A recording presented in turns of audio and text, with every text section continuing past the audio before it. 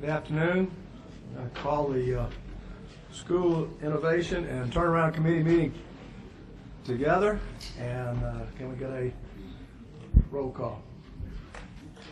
Okay, Dr. Holly Volpe. Dr. Volpe is present. Mr. Tony Davis. Present. Mr. Davis is present. Ms. Kathy Edmonston. Present. Ms. Edmonston is present. Mr. James Garvey. Here. Mr. Garvey is present. Ms. Sandra Holloway. Present. Ms. Sandra Holloway is present. Dr. Gary Jones. Here. Dr. Jones is present. Ms. Jada Lewis. Present. Ms. Lewis is present. Ms. Kira Orange Jones. Present. Ms. Orange Jones is present. Mr. Thomas Rock. Present. Mr. Rock is present. Dr. Lori Thomason. Present. Dr. Thomason is present. Ms. Doris Gauthier. Here. Ms. Gauthier is present. You have a quorum. Thank you. A couple of announcements. We have a large number of public comment cards here today, so we're going to limit speakers to 2 minutes when that comes up. And can we have our first item, please? Your consent agenda is ready for your approval, adding item 2.1. Can I get a motion? So moved. Second? Motion by Mr. Garvey, second by Dr. Boker. Any board discussion? Without objection? Motion carries. All right, now comes the fun one. Your first item is on page 2. Item 2.2, consideration of Type 2 charter applications in response to the 2015 request for charter school applications as recommended by the State Superintendent of Education. Okay, I'm going to consider these individually.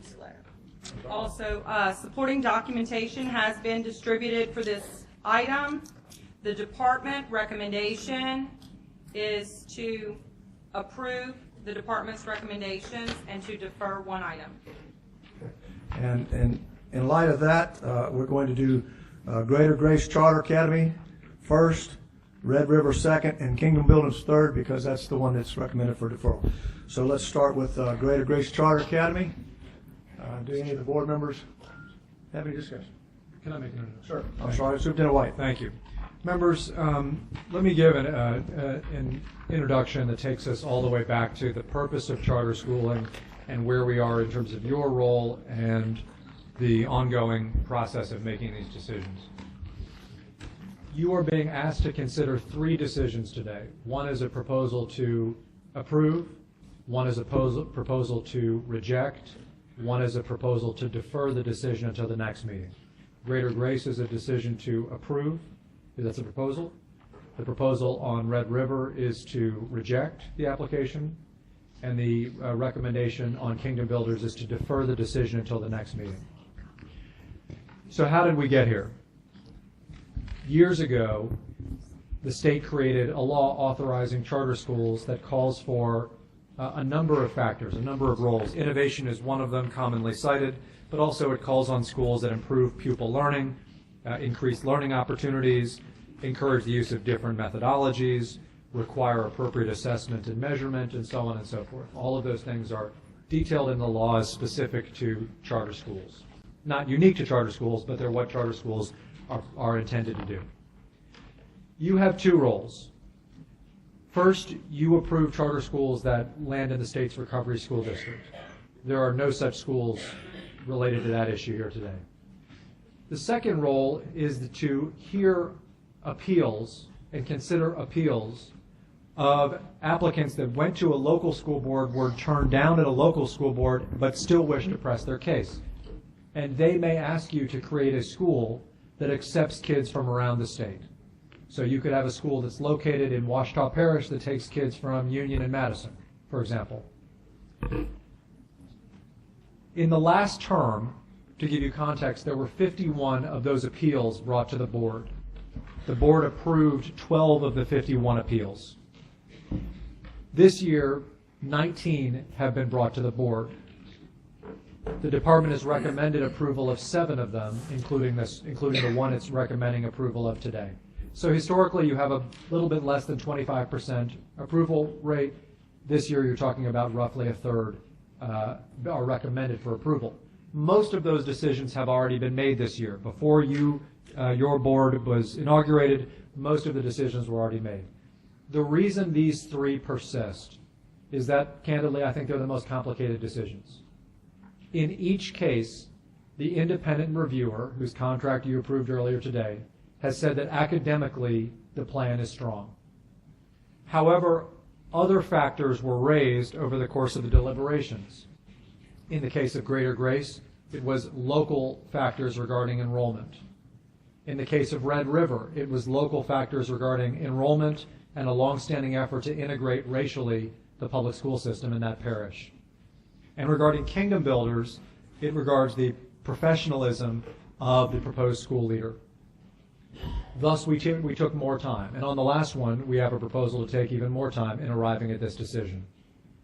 I'm going to speak to Greater Grace because that's the issue that Dr. Jones, you said we're going to deal with first. Right. And then I will, if you would, allow me to speak on each of the individual cases. Greater Grace is an elementary school that's been proposed as a multi-parish school. It's a relatively small school that's been proposed to be located in the central part of the West Bank of St. James Parish. It is thus reasonably accessible to students from St. James Parish, to students from Ascension Parish, and to students from St. John Parish. It has come before this board multiple times, and on 2 previous occasions we have said that the academic proposal did not satisfy the requirements of this board. Therefore, it did not receive an approval either from the independent reviewer or from the state board. This year, its academic proposal received a review that was favorable. Local factors were raised. We met with the school board to investigate the local factors and determine that the potential benefit in a region of the state where nearly 10,000 students attend C, D, and F rated schools, but there is not an alternative beyond the school boards, was a reasonable thing, while acknowledging that this school's enrollment would pull from so many different other schools, including private schools, that it's unlikely to have a negligible impact. In fact, the school board's concerns in St. James about the specific school that is closest to this school has been declining in population by 15 to 20% on an annual basis, having nothing to do with Greater Grace and having much more to do with population patterns in that part of the state to begin with. Therefore, SchoolWorks has determined a favorable academic review, first and foremost. Secondly, when looking at local factors, we believe the potential benefit outweighs the potential detriments. We don't believe that in the other cases. We do believe that in this one, and that's why we recommend it for your approval. Thank you, Mr. Chairman. Thank you. All right. Do we have any board discussion? No I'd board? like to hear the comments before. You want to hear the comments before the board discussion? Okay. All right. We'll do that then. We're going to call you up 3 at a time and remind you that the amount of time allocated to you is 2 minutes. First, we have Mr. Joe Keeney, then Claudette Aubert, and Stephanie Aubert. Did I mispronounce that twice, or did I only miss once? Yeah, okay.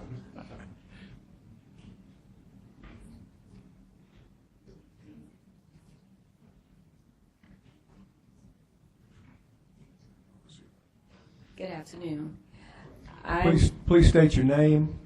For the I'm record. Claudette Aubert. I am the Executive Director of Greater Grace Charter Academy. Okay.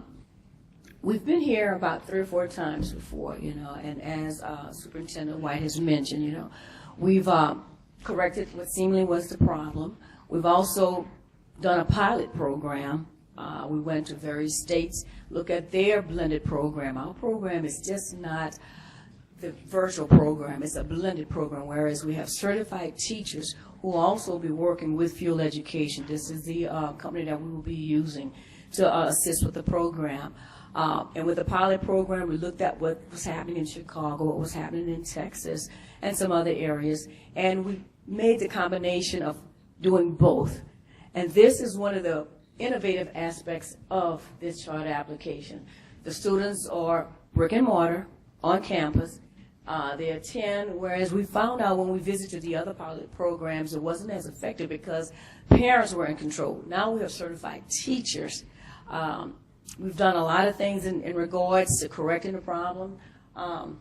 Parents, matter of fact, I even brought some of the surveys. Matter of fact, we even have a parent that's here to speak. Parents have requested that they need the option. Right now, we have a school in the parish that's gone from a D to an F. We have many things going on, why people are leaving. We have an A school going down to C. So the parents are concerned. I am a community leader in the area, so I hear a lot of concerns. So I am very concerned. I said, I will work with them. That's why I keep coming back. I have not given up on the idea because kids, there's no one way to fix this problem. So we found a way, and that's what we want to do. I'm going to turn it over to my principal, Stephanie. Good afternoon. I'm Stephanie Aubert. I have been designated as the school leader of Greater Grace Charter Academy. Dr. Aubert has made a very good presentation and has given you details. However, I'm just going to let you know that I do have many years of experience in education. She is from St. James Parish. I'm from St. John Parish, and we both basically have the same concerns about children that we've seen after working in the school district that whose needs have not been met. We're looking to help those kids. We're looking to help children who are struggling, children who are behind grade levels. And we want to make sure that you understand that our desire is focused primarily on the children. And we have a small school. It's going to be approximately 180 students. And when you look at taking students from 3 parishes, that will not significantly impact any one parish. And we're looking to help the children. That's our primary focus. And we hope that you consider us today.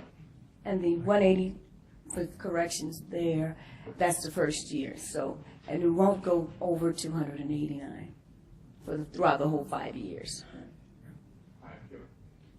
Is that? I'm the finance director for Greater Grace Academy, and I've worked with Dr. O'Hare on the school board for several years.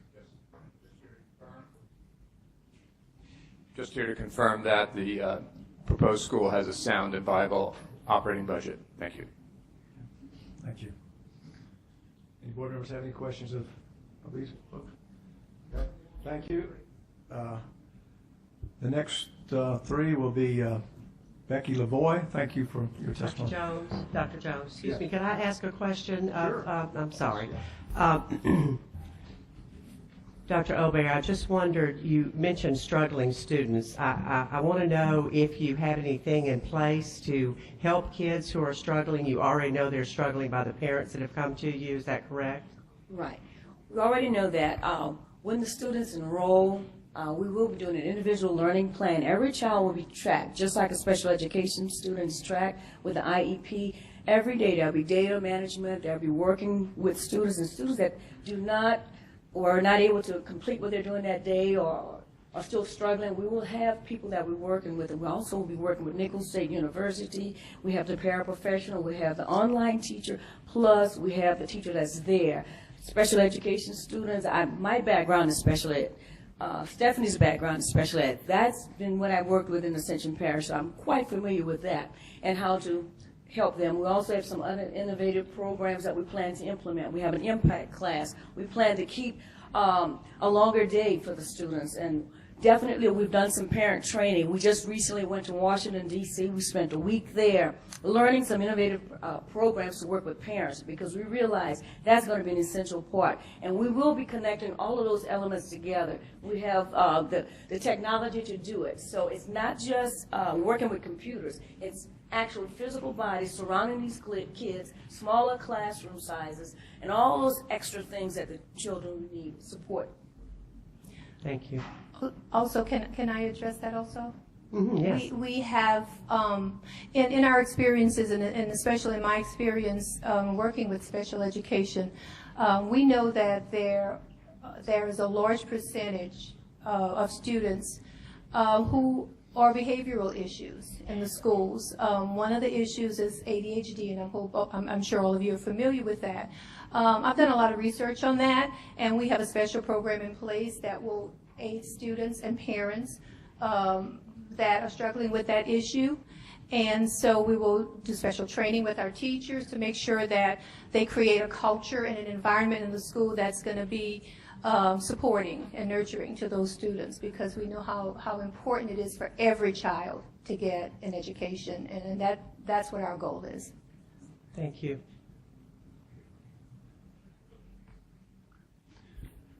Any other board members have any questions they'd like to address? Right. Thank you. Thank you. I'm going to call the next 5 on this, and 4 of you can come to the table and 1 sit in the front row, please. I'm going to murder this one. Becky Luke. Got to get it close to right. Rose Harper. Cleveland Hill. Clyde Cooper. And Elton Aubert.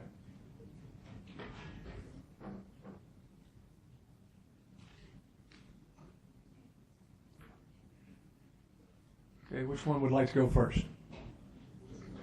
I'm always the bold one, so I'll go first. Okay, give your name, please. Good afternoon. My name is Becky Luke, and I am the virtual principal in St. James Parish Schools. I'm here today just to let you know that St. James Parish does offer a virtual program. In fact, we've been servicing K-12 students for 4 years. We utilize a variety of curriculum sources. We look for the best of the best products. In fact, we have been an SCA provider, a course choice provider for the last 3 years, and we received a 6.5 out of a 6.5 superior rating on your last eval last year. We have all kind of wonderful students that have gone through us. We have a support lab where the students not only can come just work, but they are certified teachers, a special ed teacher there for assistance.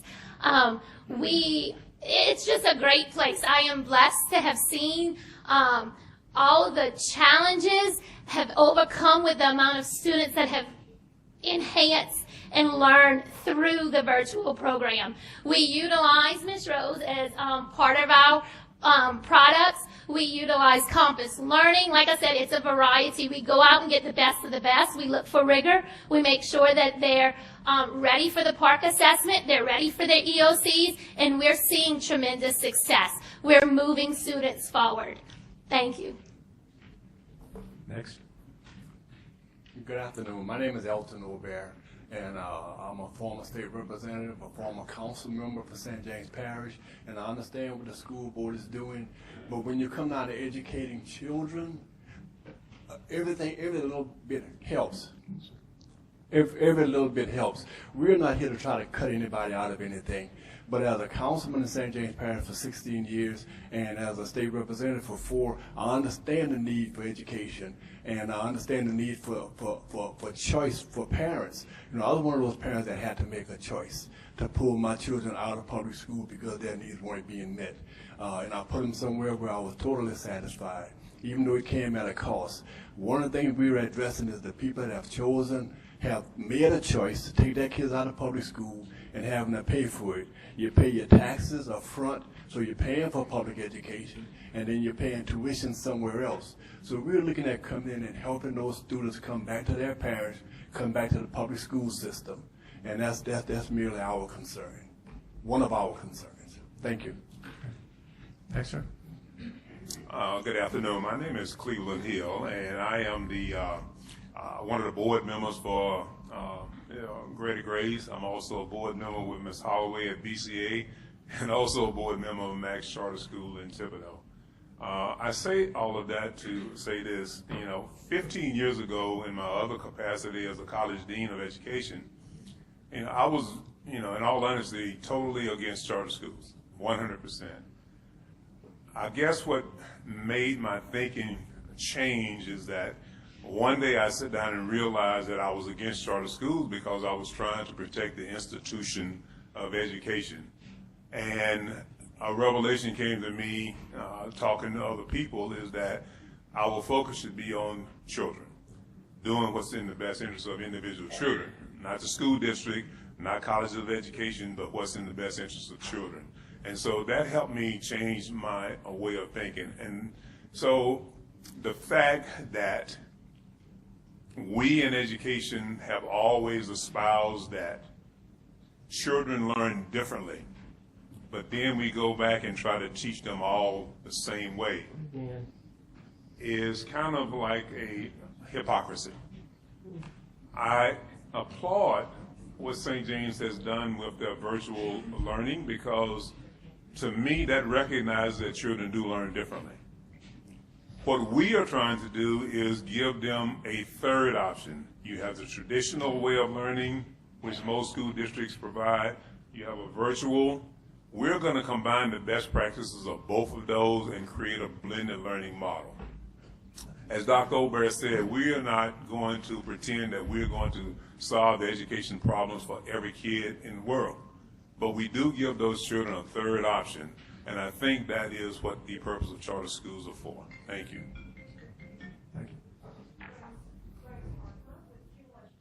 I'm the content provider, and basically we offer a comprehensive curriculum from pre-K to 12th grade with using our learning management system, various assessment tools, and optional services such as professional trained virtual teachers, along with student recruitment and consulting support.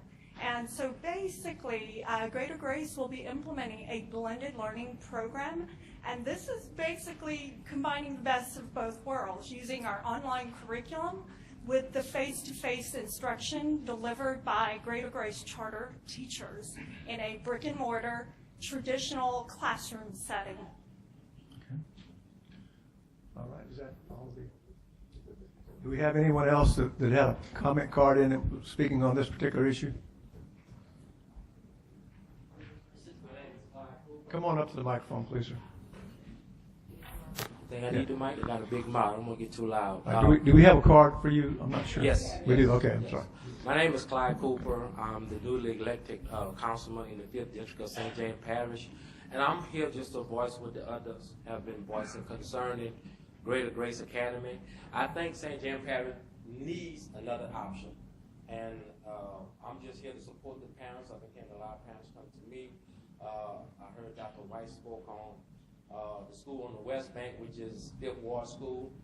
The school is losing a couple of kids, but that's due to our superintendent putting different, I guess, programs in place that pulls those students. It's not that parents are intentionally pulling them out of their school, but the parents do want another option to invest in their kids' education. I think we just need to come together and allow that to go forward. Thank you. Thank you, sir. Any board members have any questions of the folks or any? Right, are we okay? We have someone else coming up? Okay, we have a card for you? Okay. We were trying to figure out which ones of these were on this particular issue, so we may have missed some. Okay, this is Mr. Scott Richard from the School Boards Association, and I see some other gentlemen coming up as well. Okay, well, Mr. Richard, we'll start with you. Thank you, Chairman Jones. I do have a card in for all three specific schools. So okay, well, we'll get you two more times. So. Okay, thank you. Thanks again. Here today to talk about an earlier comment made by the state superintendent, which is fitting for this situation too. Duplication is never a good thing. The Greater Grace Academy would actually be a 4th virtual learning choice for the students of St. James as well as the other surrounding parishes. We already have 2 statewide Type 2 virtual charter schools. St. James has a outstanding virtual virtual learning program within their parish. We all know that St. James is in the middle of a federal desegregation court order. Litigation is very hot right now. You've heard earlier that there have been meetings with the board and actually the board's attorney with Superintendent White. We just think at this time the duplication of programming to offer more choice that's already in place with the 2 statewide virtual charters and the program that exists in St. James is there now, that it would just be not responsible at this time in regards to the funding and duplicating choice in the name of choice when there are several choices available that meet the same criteria. We would respectfully request that you defer and work this out through the court system and get approval from the courts prior to approval, so there's not unnecessary litigation dollars flowing out of St. James to challenge the whole issue with the federal court. Thank you. Brian Lejeune, Superintendent of Schools in Jeff Davis Parish and representing Louisiana Association of School Superintendents. My concern is, again, duplication and the money that is being lost to those parishes who are losing those schools, who are trying to set things up and have things set up for those students. So these students are leaving, but they're leaving and taking those dollars affects the students that stay. Because we are developing Jumpstart initiatives, career education, online opportunities with dual enrollment and advanced placement and CLEP. All of that takes dollars by the districts to develop all of that. We are making this happen so in 2 years, when this group of sophomores graduates, they have industry-based certifications or college-ready diplomas so they can graduate. If they don't have either of those things, they will not graduate. And allowing duplication and money to be siphoned from our school systems affects how those systems, us, educate the people that stay. So I am concerned about those that want to leave, but many of us have developed opportunities to keep these people.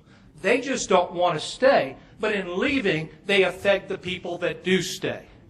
And that's a major concern for us as school systems because we are trying to educate all of our students and give everybody the best opportunity possible. Thank you. Yes, sir. Thank you. I'm James Malone with the St. Charles Parish School Board, and I'm here on behalf of the school board who are in the process of approving a resolution in opposition of the Grace Charter virtual school. We're concerned that, again, as they mentioned before, the duplication, and also I would be concerned, as this charter's already been denied twice, and they keep tweaking it, and the question is how much thought is really into what's been changing to make it where it goes from denial to approval. St. Charles is concerned because the superintendent mentioned a couple of parishes, but we have students in St. Charles Parish that attend charter schools 2 parishes over from us. So it could also have a financial impact in St. Charles Parish. So again, I would respectfully request that you defer the application. Thank you. I'm Donald Sanji. I represent the Louisiana Association of School Superintendents. And our organization and superintendents don't automatically oppose all charter schools. We understand that there are some charter schools that are quality of merit, but also at the same time, just because the school has charter in its name doesn't automatically give it quality. It takes more than that. I want to speak for a second just as a taxpayer. I wrote a check last month for about $2,600 for my property taxes, of which over half went to the Ascension Parish school system. I've supported all those taxes over the years. I always voted for renewals because I understand and I have confidence that our school system, our elected officials, our school administrators spend that money wisely and produce a quality product. For someone to take part of that tax dollars and send it to an outside entity without my local school board's approval, that becomes a more serious matter. It's something that you will do. In other words, you will have to decide whether our tax dollars can go to an outside entity. In general, I think the standard needs to be that is it more innovative? Does it do innovative things? Does it fill a need that's not being filled right now? And does it do it in a better way? And from what we've seen here, the innovative things in this proposed charter schools are already being done in all of those districts. And there's, whether it's going to be done in a better way, that's questionable. But we don't feel like there's a strong need to approve something, a Type 2 charter school in this area. Any board member have a question? Anyone at the table? Okay, and now Ms. Debbie's from.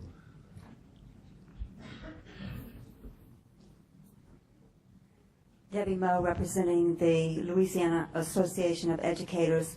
I really don't have much to add to what was already said. However, I do want to also say that in Type 2 charters, well, in all charter schools actually, boards are not elected. They are appointed. My tax dollars, when I send it to the state government, I expect it to be used for the common good of all, and I expect accountability when that money is used, and that's what elected boards are there for. And when they are not accountable, then the public votes them out and puts someone else in there who will be accountable.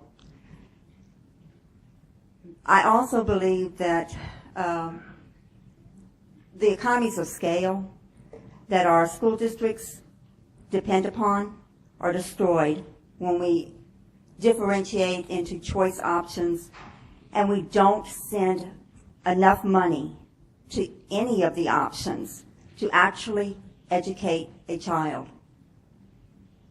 The MFP Commission is going to be having some discussions on what it really costs to educate children. And if we don't send what it really costs to an alternate school system, then we are dooming the existing system to failure.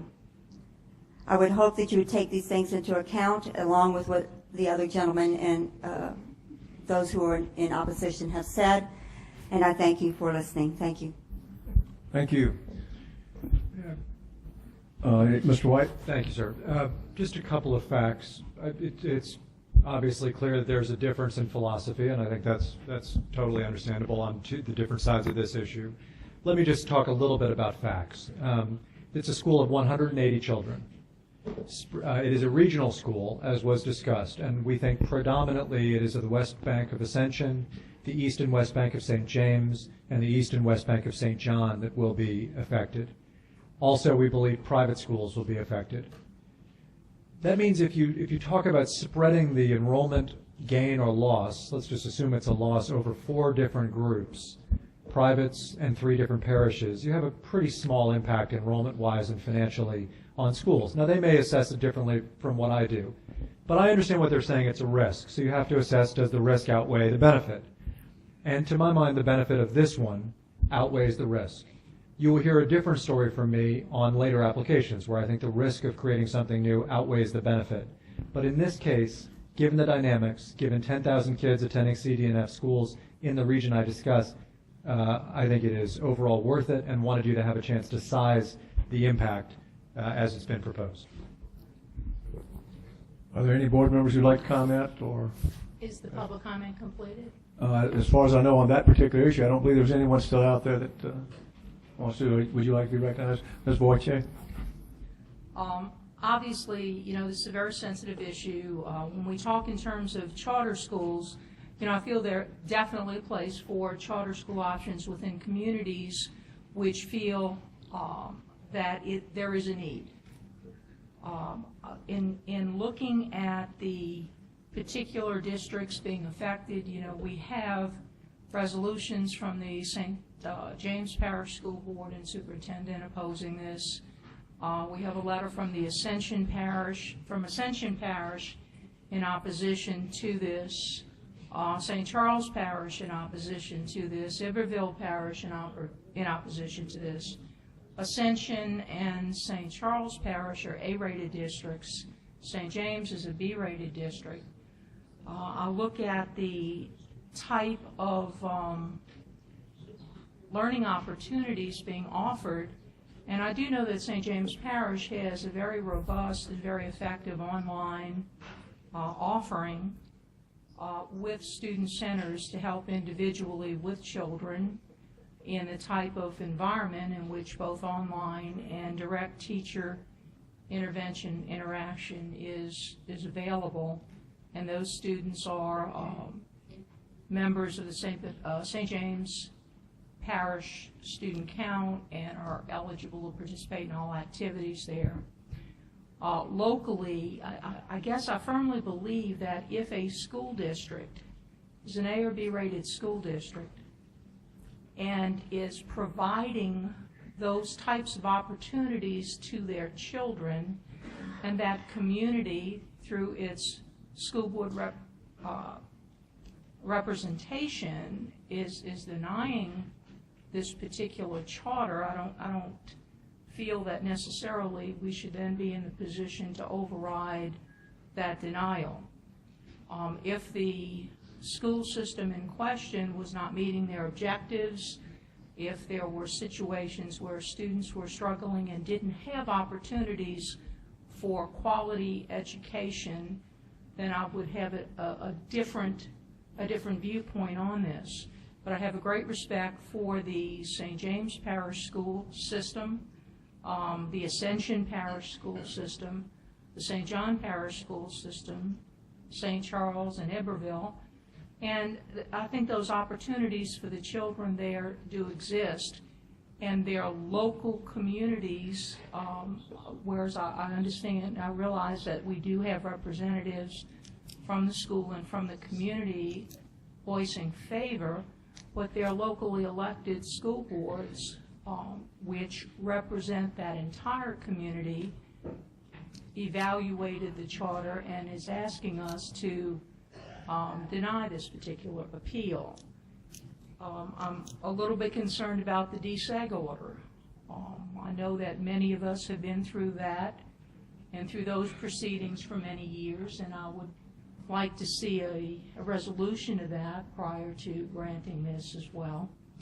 So for reasons, I think it's duplication of services in times of very tight dollars and resources for education.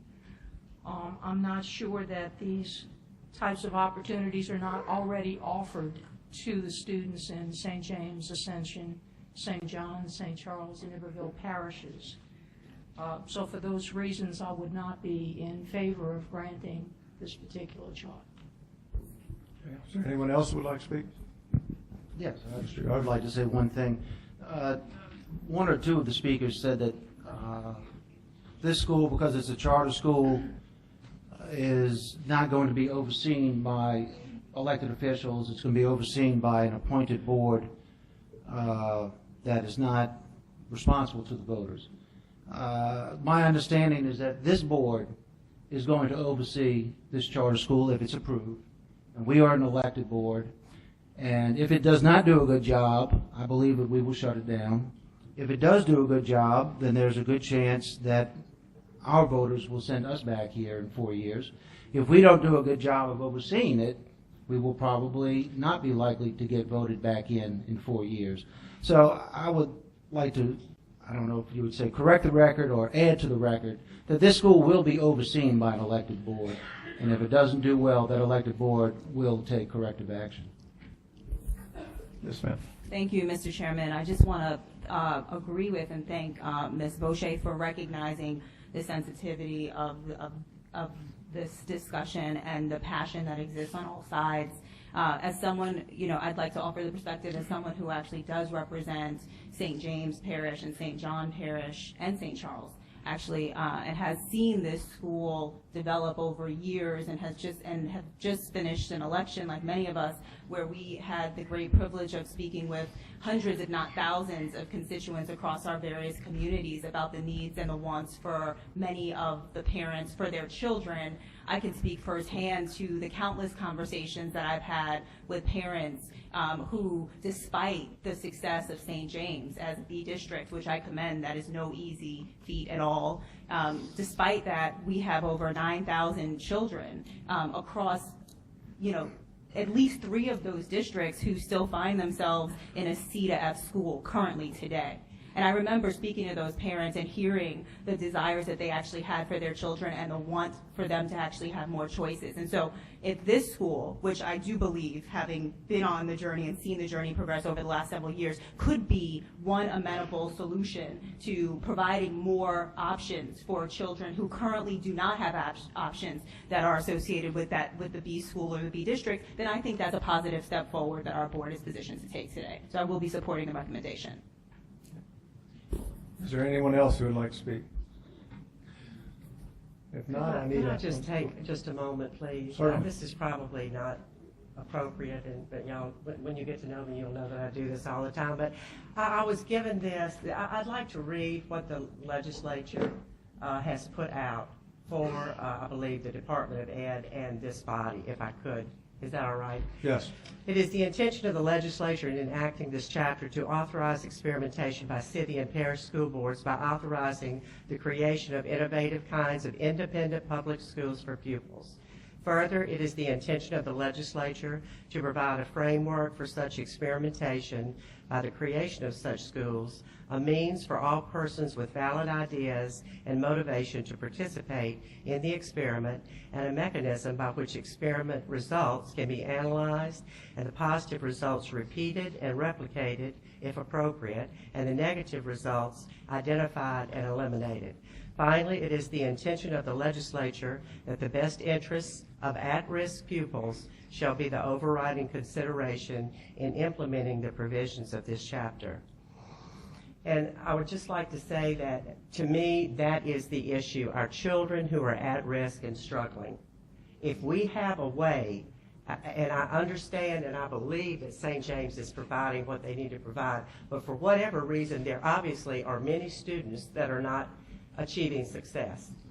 And so, that being said, I didn't really know exactly what the legislature had in mind, but I do believe that it is, when appropriate, to give an opportunity for other entities to open up for children who are at risk. I believe this is really for children who are at risk and struggling. And those are the kids, you'll find out, those are the kids that I am representing on this board, among others. So I just wanted, just in case anyone did not recognize that that was what the legislature has intended, I just wanted to read that. Thank you. Is there anyone else who would like to speak? Okay, before I ask for a motion, I'm going to use a little privilege to say what is so hard about this particular one is that you have a large number of school districts who are in opposition to it. And you know, usually when this happens, you have one school district, and it's not unusual for a school district to turn it down and then have it come before BESE for an appeal. But when you have, and I can't remember how many it is, it's 5 or 6. Is that right? Folks, it makes it very, very difficult to understand and to realize which way it is. So, you know, when I cast my vote today, it's because I'm going to tell you that I have to vote what I think. At some point, whether or not you have to listen to the will of all the districts that have input into this process as well. So I'm ready for a motion if there's one available. Yeah, I'd like to. I think we have a motion on the floor. Right, but we need an individual motion for this particular one. Make a substitute motion that we address Greater Grace separately and vote up or down on Greater Grace at this time. That's what, okay. Do we have a second? Second that. All right. All in favor? Aye. A motion to consider this one? Your motion is to approve, is that right? Motion is approved. All right, motion is to approve this application. And we have a second for it, and the second was? I second that. Okay, Mr. Orange Jones, seconded. All right, is by consent, or is there, no, okay, apparently not. Roll call.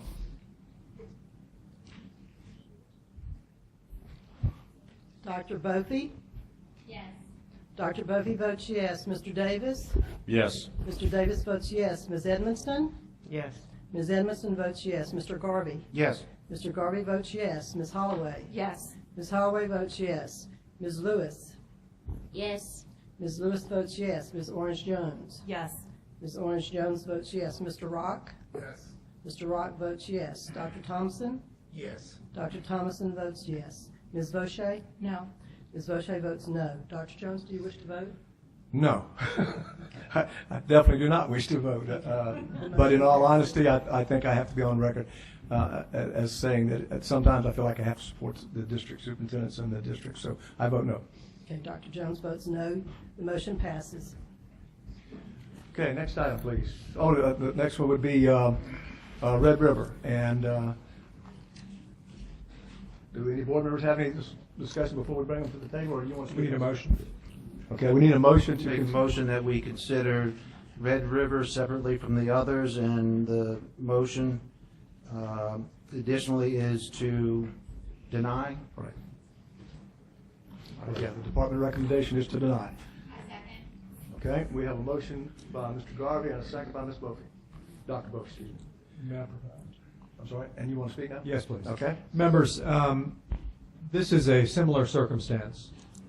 You have an academic review by by SchoolWorks that has an unqualified, favorable view of this application.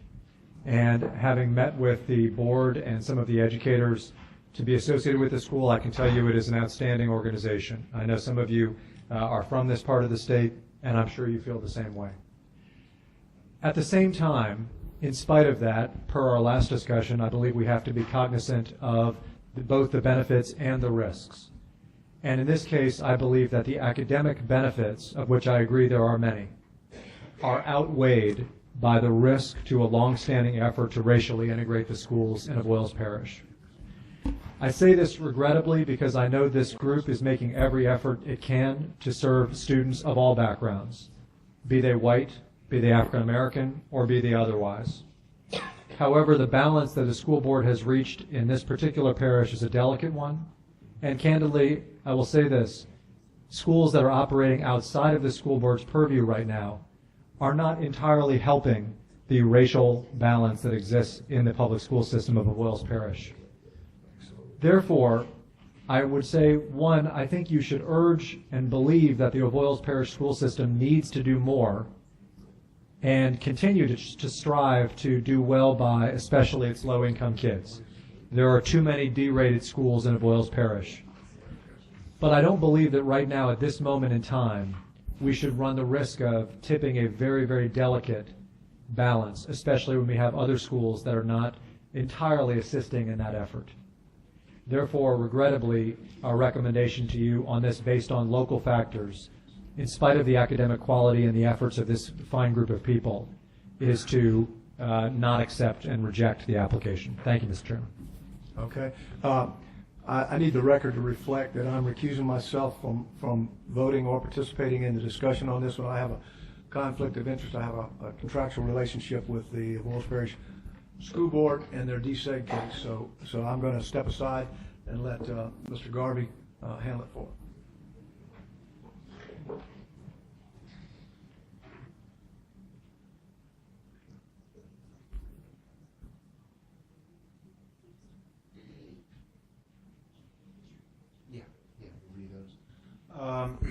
Do we have any questions at this time from any of the BESE members? Okay, hearing none, we have several speakers that would like to comment on this item. Can we have Scott Richard come down? Blaine Doucette? He's going to pass. Okay, Blaine Doucette, Pat Hours, and Stanley Celestine?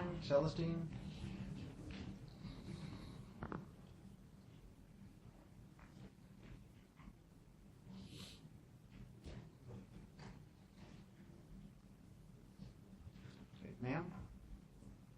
Do you state your name and who you're representing? My name is Pat Hours. I'm the board president for Red River Charter Academy, Inc. I've listened very carefully to what's been said here today, and respectfully to Mr. White, the department, and all of you, we disagree with the rejection of our proposal. So that being said, I would like to let you know that you will be hearing from a few of our board members and our school leaders. We have done everything that we possibly can to bring this charter forward. First, I'd like to make you a little bit more familiar with our part of the state, and I'm sure that Mr. Dozah will not disagree with me. We are sometimes referred to as the hole in the middle of a donut. We have many resources around us, north of us, certainly south of us, and we are in a void. We lack many of the things in our lives that make them better, including, and not limited to, specialized health care, economic growth, available jobs, and most importantly to us, educational opportunities. We are used to traveling to the cities, to Baton Rouge, New Orleans, Shreveport, to get some of these other things. But we do not believe that we should have to travel to send our children to a quality school. Generational poverty is a prevailing problem in our area.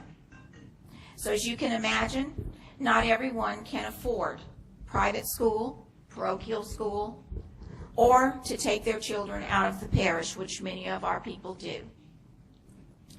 So what is the best way for us to fill in that void in that donut hole? To make our community better, education is the way. There are many, many studies that will tell you that, and I'm sure you don't disagree with that. Generational poverty is a cycle, and it doesn't end without interventions. Ms. Howard, we're going to need you to come to a conclusion, please. Okay? We would like for you to help us further our application and go and meet the demands of the court in federal court where it belongs.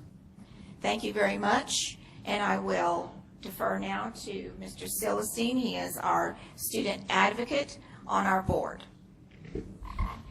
Good afternoon. My name is Stanley Celestine, and I'm a board member and student advocate for Red River Charter Academy. And Benjamin Franklin once said, "A small leak can sink a great ship." And unfortunately, that is exactly what is happening in Evalds Parish schools. Next school year, there are going to be 163 boys and girls that Evalds Parish is going to needlessly lose, and you could save them by approving Red River Charter Academy.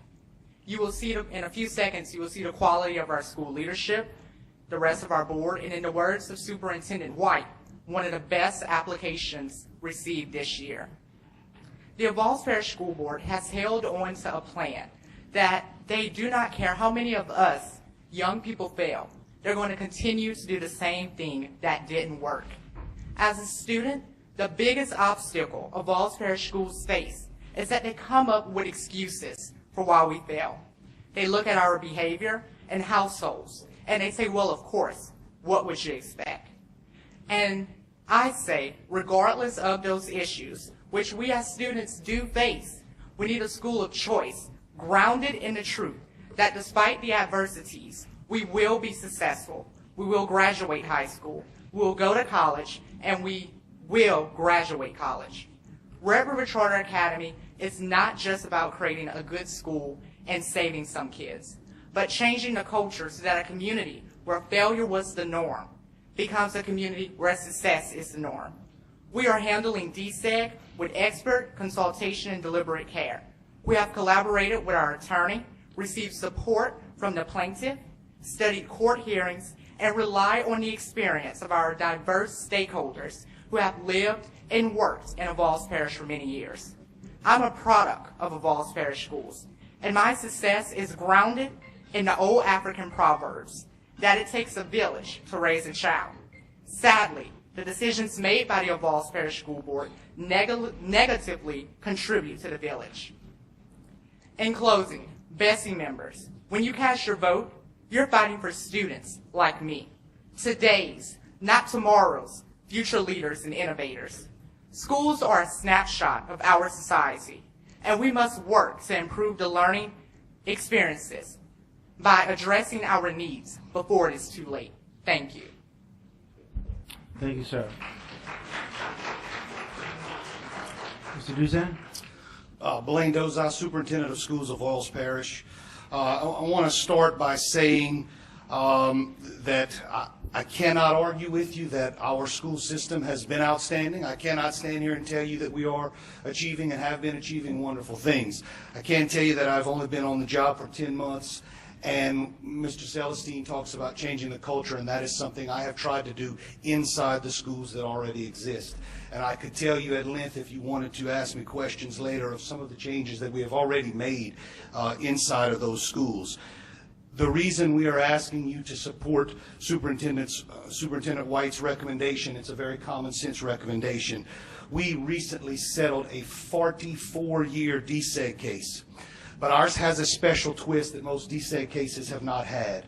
We settled a DSEG case, but the judge said, but I want to keep my eye on you for a few more years, even though we are declaring you unitary in all green factors. I'm going to keep my eye on you, and we're going to put in what we're going to call a 3-year monitoring period.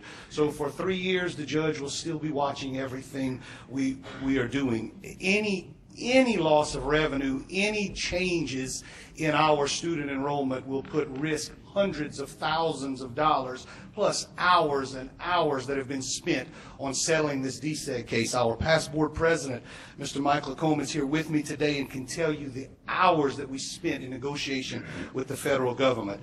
This school at full enrollment would cost $3 million to our district approximately.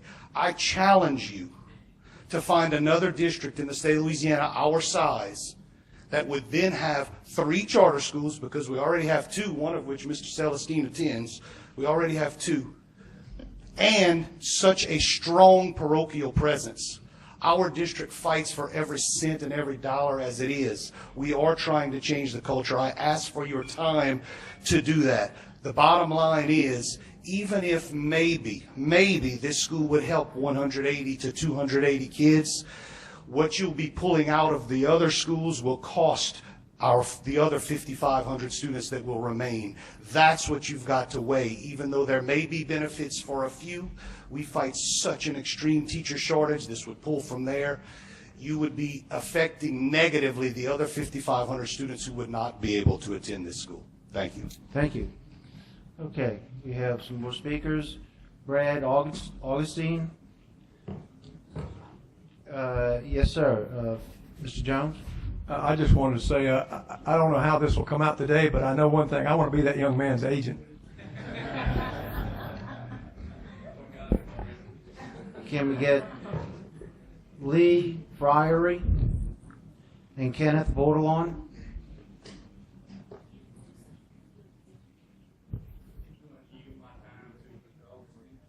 Okay. And you're Mr. Bordelon? Okay.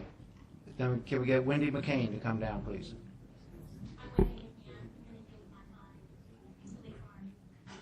Okay.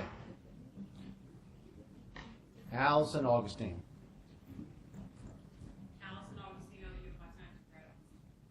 Thank you. Jessica Couvion. Thank you. Alexis Leger.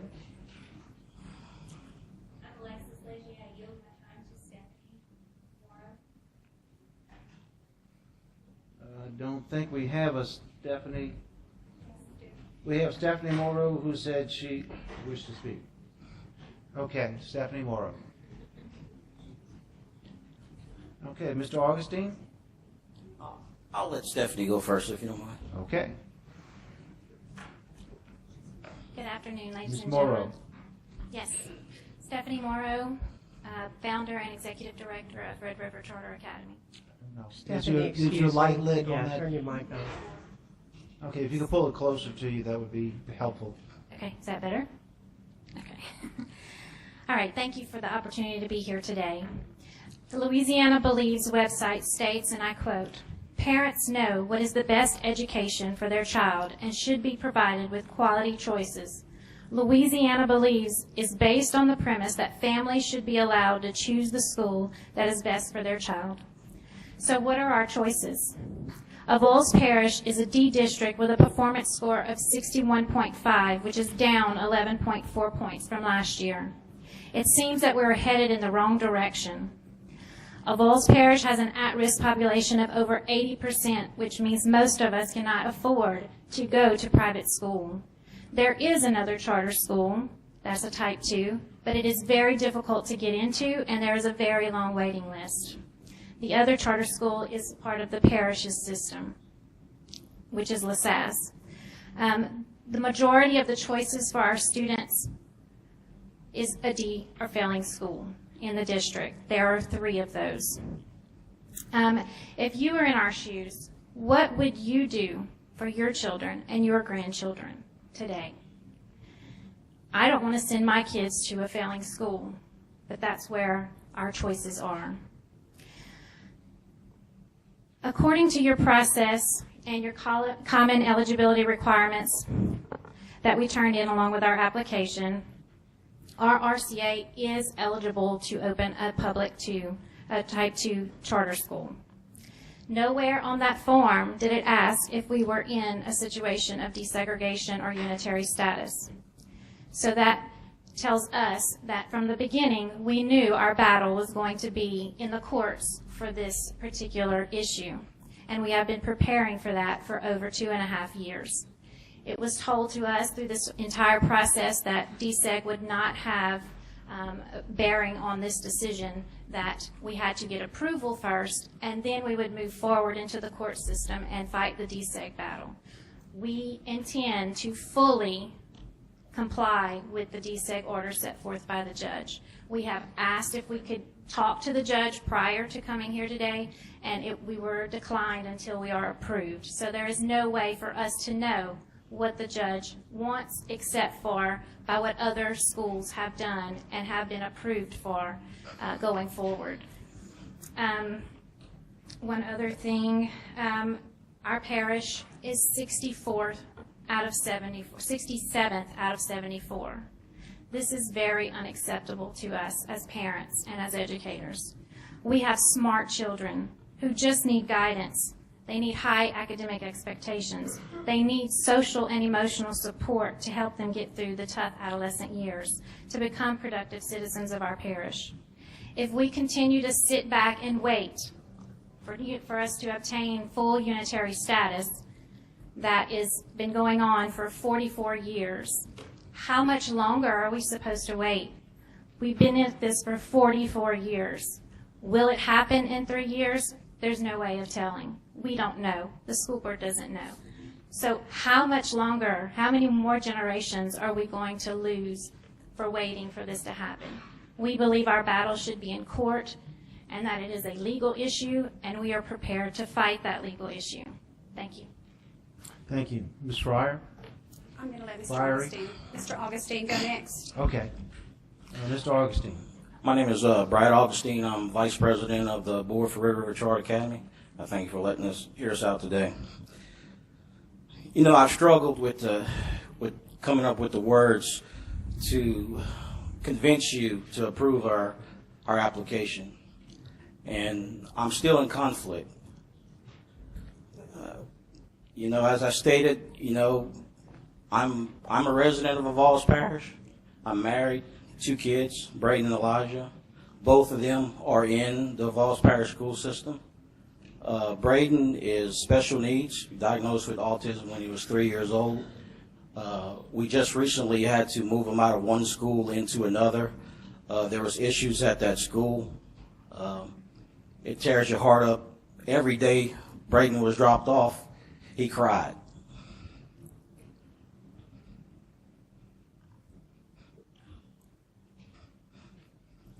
His speech is limited.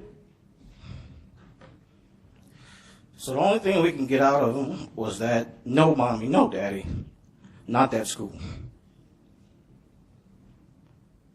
It breaks your heart. I'm a contractor by profession. I work long hours, mostly days running to nights. But I'm not the only one. There are other people on the board. Our school leaders are in the same predicament. Most of our meetings are at night or on the weekends. If they're on the weekend, they're usually on a Sunday, and we try to do it where it's after church.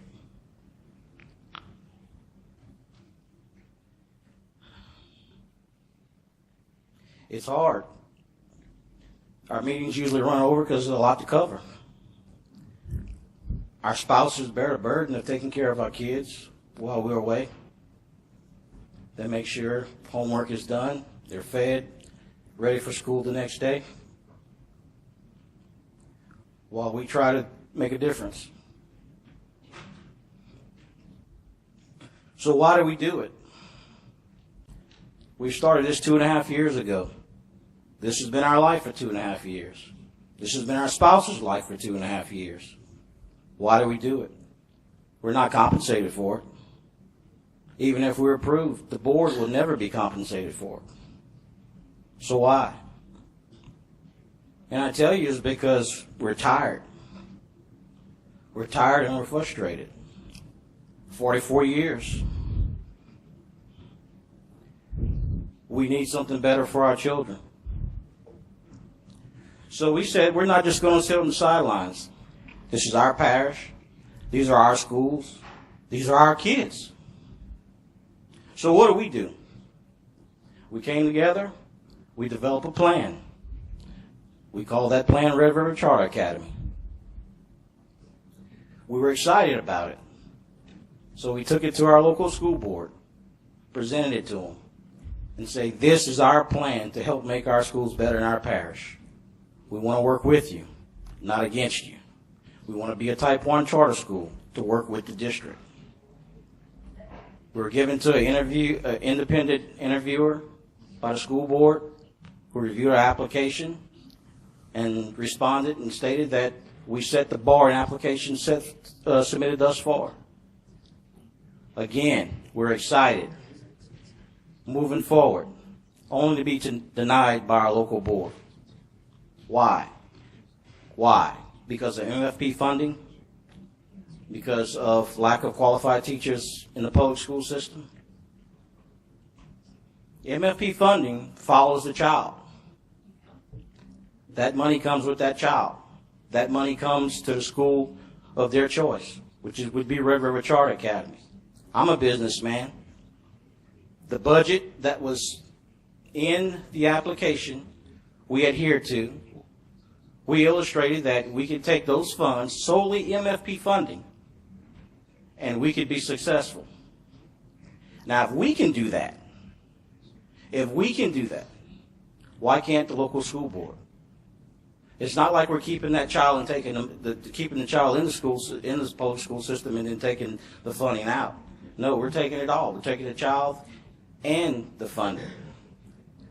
But we're using it to develop a higher educational status in our parish. Now, the school board denied us, so now, okay, we will not be denied. These are our kids. We got to do something. So then we come here to BESE. We go through all of the criteria set forth in the application to hear again that SchoolWorks recommend us to be approved. Stellar application, superior application. You definitely have a plan that we think would be successful. But we can't approve you because there's a DSEG order in your parish. Mr. Augustine, we're going to have to ask you to come to a conclusion, please. I'm still on deferred time, huh? So what do? You know, we're denied. We know there's a DSEG order. We're not residents of a different parish, and our kids going to Evalds Parish. We're residents of Evalds Parish.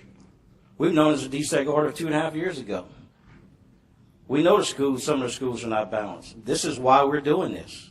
We believe that we can create a racially balanced school in accordance with the desegregation order and be successful. We want to be that model school. We want to be that school that the school board looks at and say, hey, that's a model of success. Let's go sit down with these people and see what they're doing right.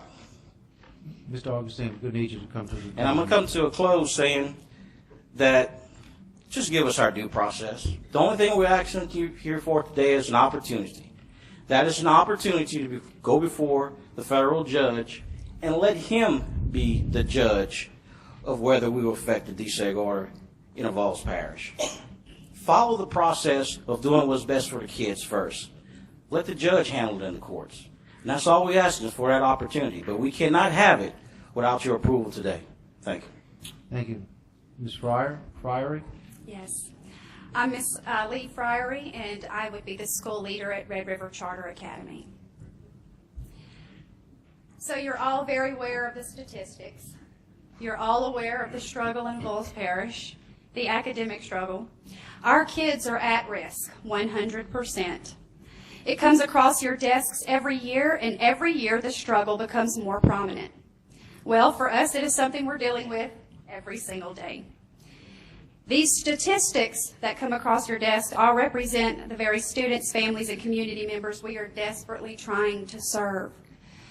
We have a sound academic plan, and according to the process that has been established by you, the state, we have met and exceeded the standards set forth by this process by not only one, but two separate reviewers that both at the local and state level agree we can meet the needs of the students that we intend to serve. That is where we should be today at this point in the process, focusing on solutions. And we have solutions. And we've been told that our plan is the solution to the kids that we mean to serve. Now, if it must go beyond the needs of students to the legalities that continue to overshadow them, then we do have additional steps in place to ensure that we will not disrupt but improve the situation in Avoyelles. First, we have a very clear legal strategy. The judge's prior actions and the existing unitary status decree give us a very clear roadmap of how to comply with the order, and we've been doing so. Next, we have an aggressive student recruiting strategy to ensure a diverse student population. Additionally, we have engaged with the lead plaintiff in the original desegregation case, and he has reached out to us. And we have reason to believe that he does not object to our proposal and actually praises our efforts. We're all tired of the situation. It's gone on long enough. What difference can just a few more years make when 40 are already underway? We aim to work tirelessly with the state. We want to make sure that every opportunity is granted to those that are in the greatest need. We are in the greatest need. You see it. I can only leave you with what we feel you should actually be voting for today. Today you should be voting whether or not we have met the standards according to the process that you have set forth in getting a charter and starting an effective school of choice. That's where we are today. And we have met and exceeded those standards by the highest bar. Your vote should allow us to go to the appropriate next step, and that is the federal court, where we have confidence, and we do. We have the utmost confidence in our plan of action, our legal team, and our guidelines that have already been set forth by us and others that are in our similar situation. But the only difference is that we are a failing school district. We have a D school district with lots of failing schools. Ms. Fryery, we're going to need you to come to a conclusion, please. We are not a hindrance here today, but part of the solution. We are part of the solution to those in severe distress. Our vision is to serve a diverse student population. And every day that goes by, it is affecting our students, their families, our community, and their promise and right to a high-quality education that can, for our kids, and will affect the rest of their lives. Their lives are in your hands today. I urge you to vote to approve us. Thank you. Thank you. Can we have Mr. Finney, James Finney, come down, and Mr. Scott Richard?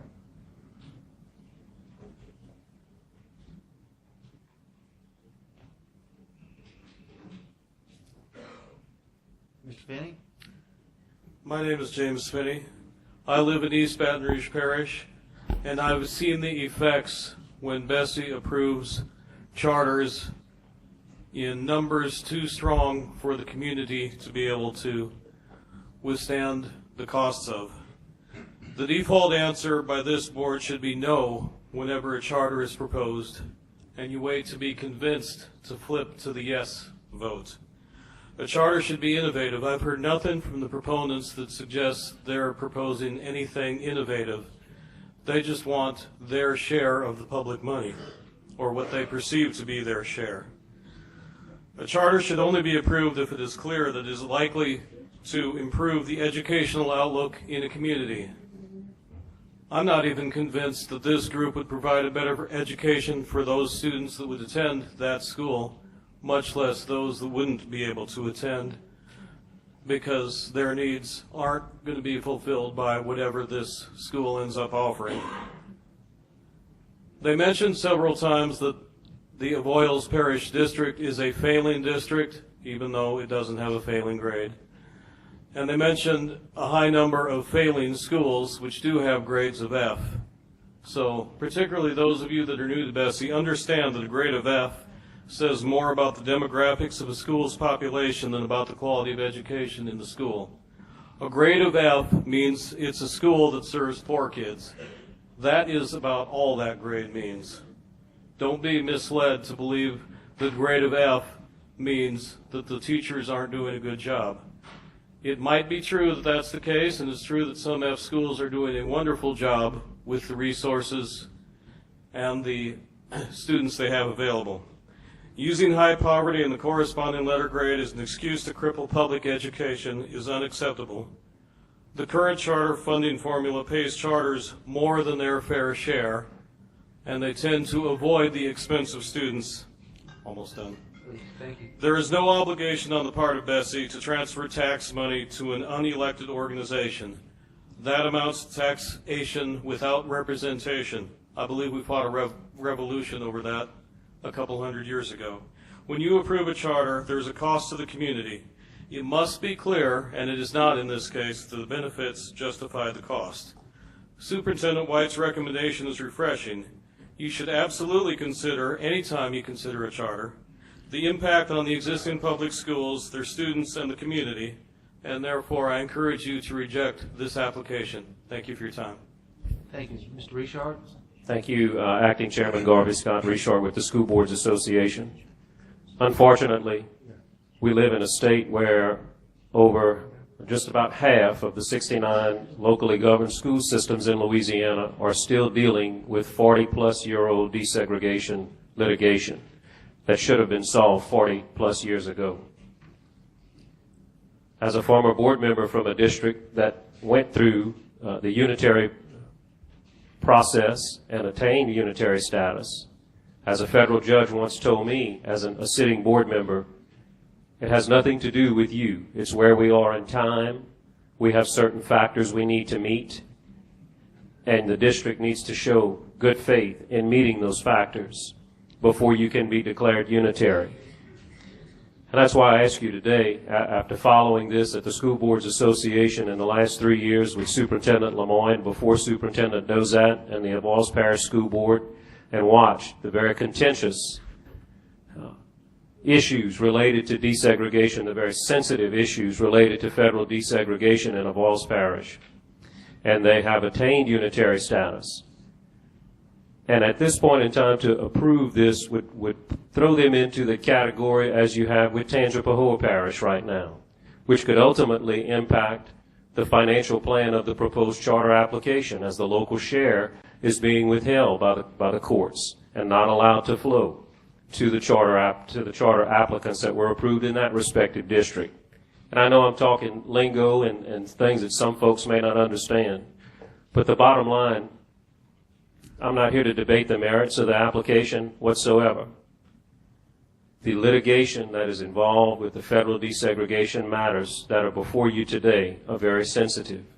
And on behalf of the Avoyelles Parish School Board and other school boards around the state that are working and spending unnecessary dollars from their MFP dollars and their locally raised dollars for lawyers to fight this out in court, let's stick with the recommendation of the state superintendent today and move forward with resolving the desegregation issues in Avoyelles Parish and revisiting this at another time. Thank you. Thank you, Mr. Richard. We have several other cards from individuals that prefer not to speak, but we will read the name into the record. Jim Mitchell opposes the recommendation. Alyssa Tassan opposes the recommendation. Reverend Gary LaFord opposes the recommendation. Joshua Augustine opposes the recommendation. Arnold Francis opposes the recommendation, and Jerome Puyo opposes the recommendation. P-U? Okay, thank you.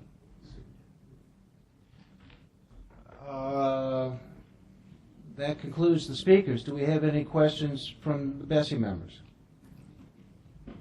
Ms. Lewis?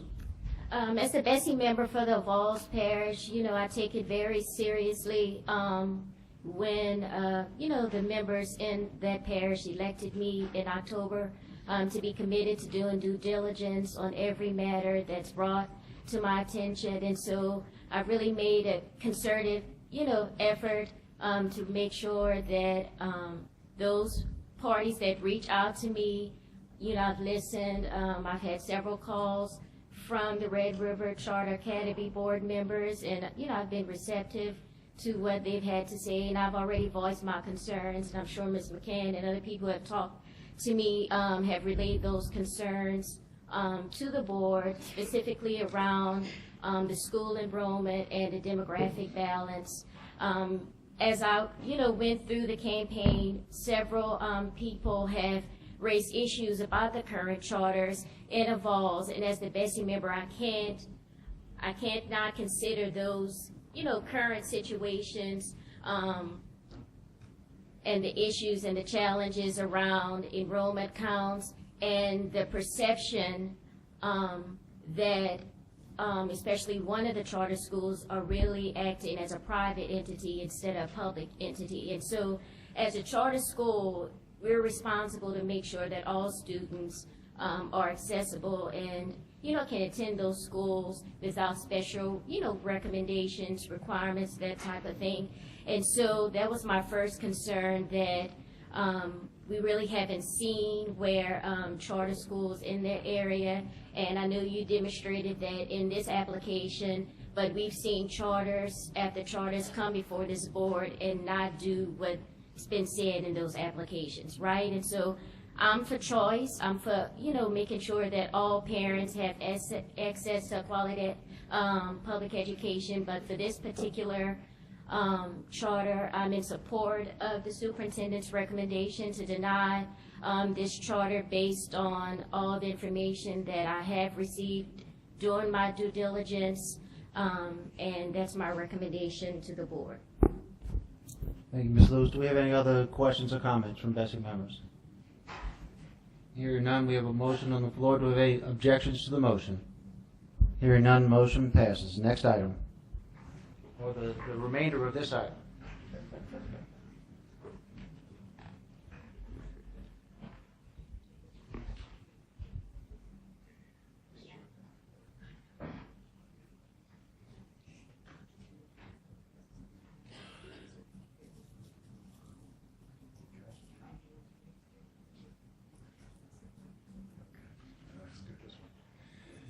Okay, the next, I need a motion to consider the Kingdom Builders community development separately, and that motion is to defer.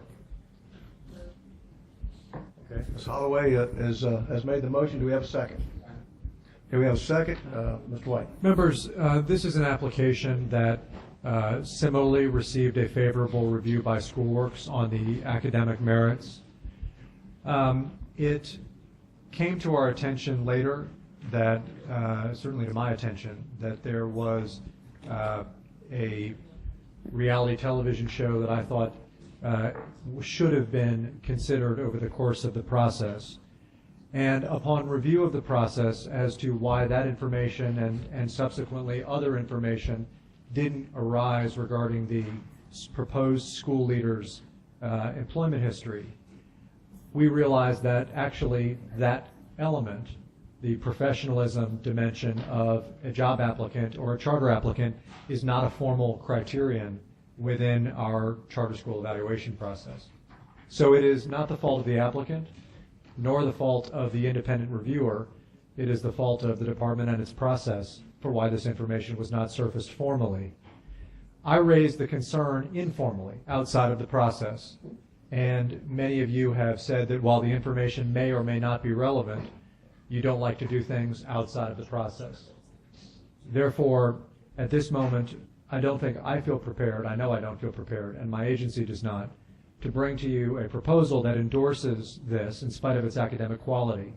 But on the other hand, I understand your desire for a more formal and patient review of information so that you can arrive at your own judgments rather than simply taking my rather ad hoc element of the process. Thus, we are recommending that this be deferred. Thank you, Mr. Chairman. Does any board member have a question? Mr. Chairman, I have a comment. Comment, and, okay. Go ahead. A substitute motion, if I will. So I want to start by just simply recognizing that this charter application is not in my district, and so while I will be putting forward my opinion today and also a suggested motion, I wholeheartedly welcome and actually deeply respect the perspectives of BESE members who are likely much closer to this in this particular case, given that we are talking about a charter application from Lafayette, Dr. Bofi, of course, and Ms. Lewis. I welcome any comments additionally that could contribute to the discussion that may be relevant, given that the weight of our decision today will certainly have impact much closer to home for both BESE members, communities, et cetera.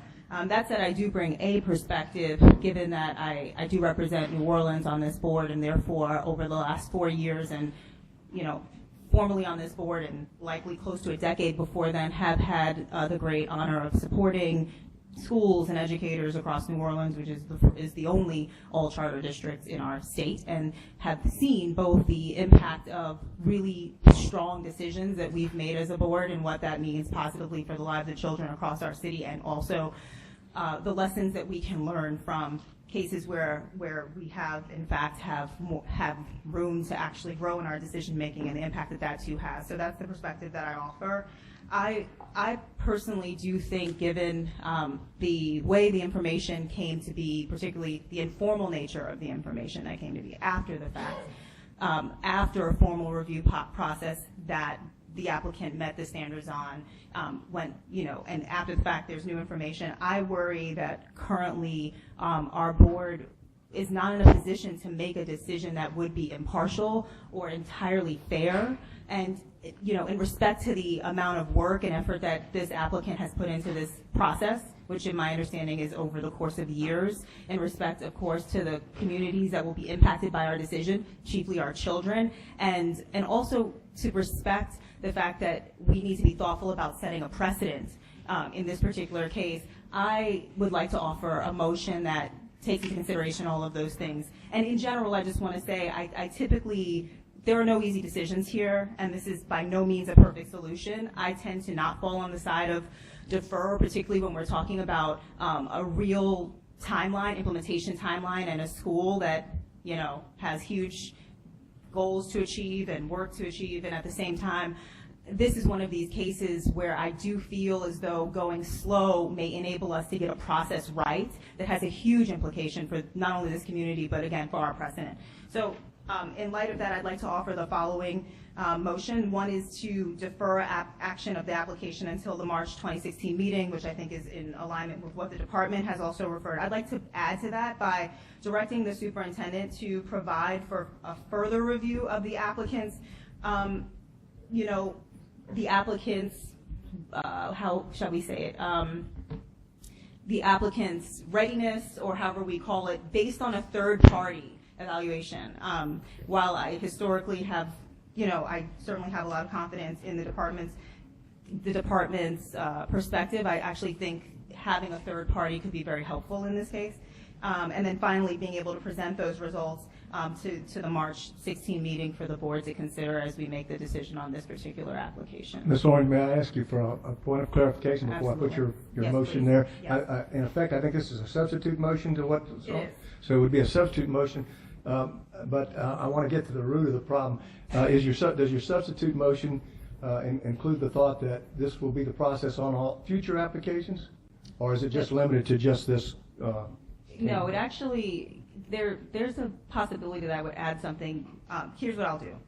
The second thing I want to say, the first is to just defer action. The second is to recognize that I think we need an independent third-party evaluator. That's the new idea. Right. Well, and I'm going to probe this issue a little bit more. I think the process would envision the third party anyway, but I guess the question I'm looking at from the chair point is, how do we keep this from happening again in the future? Do we want a component of the evaluation to look at issues like this? And Mr. White, It's a great you point. might want Mr. Chairman, I'd like to speak to that. It is a great point, and I can add a fourth that really does direct the department to look into how to avoid this in the future. This is certainly, nobody wants to be in this situation, not, certainly not the applicant. So just to hash it out a little bit, it sounds like what you're asking for is defer the application, have an independent review of, and you can insert whatever language you want, but I will insert, for purposes of discussion, say professional responsibility or related issues. Yeah, some sort of nationally recognized education standard that gives us the ability to objectively evaluate this information. Got it. But the information being information related to concerning your concern around. Got it. Okay. And then and third, then I don't know whether you two of you are agreeing or not, to apply that to try to incorporate such a review into all future charter applications. I'm directing the department to come back to us in March with a proposal that enables us not to be here again if you believe the way to get there is to insert a process like this. I understand. Okay, so it is to defer the application. It is to conduct a review based on national standards of professional responsibility. Right. And three, it is to create a recommendation as to how to avoid a lack of consideration of that in the future. Absolutely.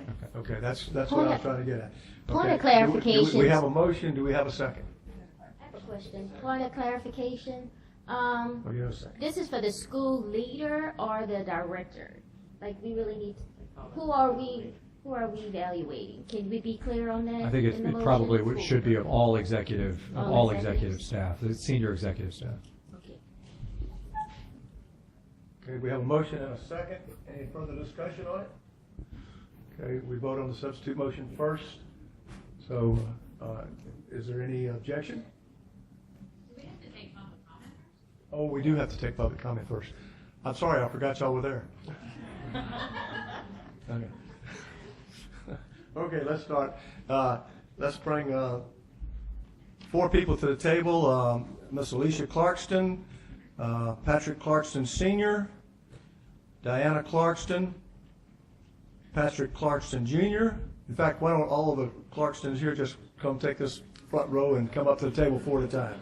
That would be Alania Clarkson, if I didn't mispronounce it, and Destiny Clarkson. So we'll take 4 of you at a time. Please come to the table. And remarks, again, are limited to 2 minutes each, please.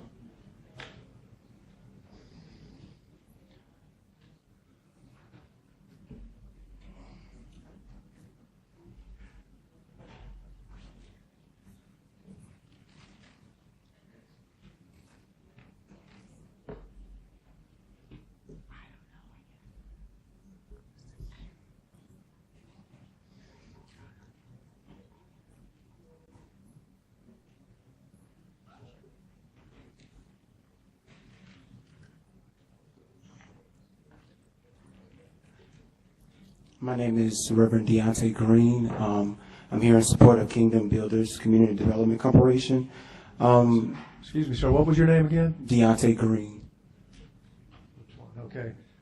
I don't think you were one of the first ones that I called. Let me get your card here before we go. Okay. He's one of the children. So. He's one of the children? Yes. And Tyler Green. What is his first name? Deontay. Okay, is that Tyler? No, Deontay. Okay, here we go. Gotcha. All right. Reverend Deontay, go ahead, please. Yes, sir. I was here just to reference the NOLA.com article that was produced after our last meeting before the BESE board member, where Superintendent John White did state that his reasoning behind not granting the school's approval was that my mother, Mrs. Clarkson, she shamed her children by spanking us on national television. Just to put it into perspective, the year that the show aired, I was a senior in high school. It was my senior year. My mom had worked at the school for 2 years prior to the airing of the television show. So we were known throughout the community, throughout the school. Everyone knew me, everyone knew my mom. She was a teacher there. In no way, form, or fashion was we ashamed of the spankings that our mother gave on the television show. Being a senior, all of my friends watched the show, returning to school after the February airing date. Everyone in our community knew that my mom spanked us. And in no way, form, or fashion were we ashamed by what took place on the reality TV show. First and foremost, my mom has never did anything to disrespect or to honor any of her kids. My mom supports us to the fullest. Being there at General High with my mom the year that the show aired, my mom would stay hours after school, unpaid, to tutor and to mentor several students that had fallen through the cracks that college was not an option for. So to sit there and to demolish her character as if she's a woman that's abusive to children is absurd and unacceptable. And that is my reason for being here today, is to defend my mom, that she is not an abusive woman. She's not a woman that would harm or hurt anyone, that she supports and honors and respects children to the highest degree. Thank you. Thank you. Next. You have to speak up real loud.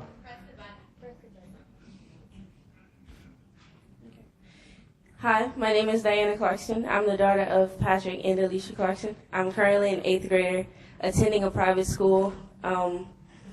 I have plans on attending the proposed charter school, Kingdom Collegiate Academy of Excellence, for my freshman year of high school.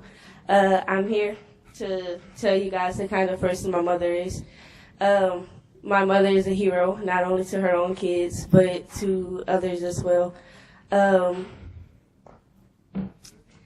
She's taught at many different schools, and she has built a special relationships with all of her students. For example, recently we went to a hospital, and there was a young woman. She saw my mother, and she smiled, and they hugged, and she said thank you. And she said, thanks for everything that you've done for me. Look at where I am now. And she's a nurse that's attending LSU. Moments like this make me feel so proud of her hard work and dedication to making other people's life better. Thank you. Thank you. Next. Please say your name. Patrick Clarkson. Patrick. Good afternoon. My name is Patrick Clarkson Jr. I'm here on behalf of my mother, Alicia Clarkson. My entire life, I've witnessed her work in the field of education. She has modeled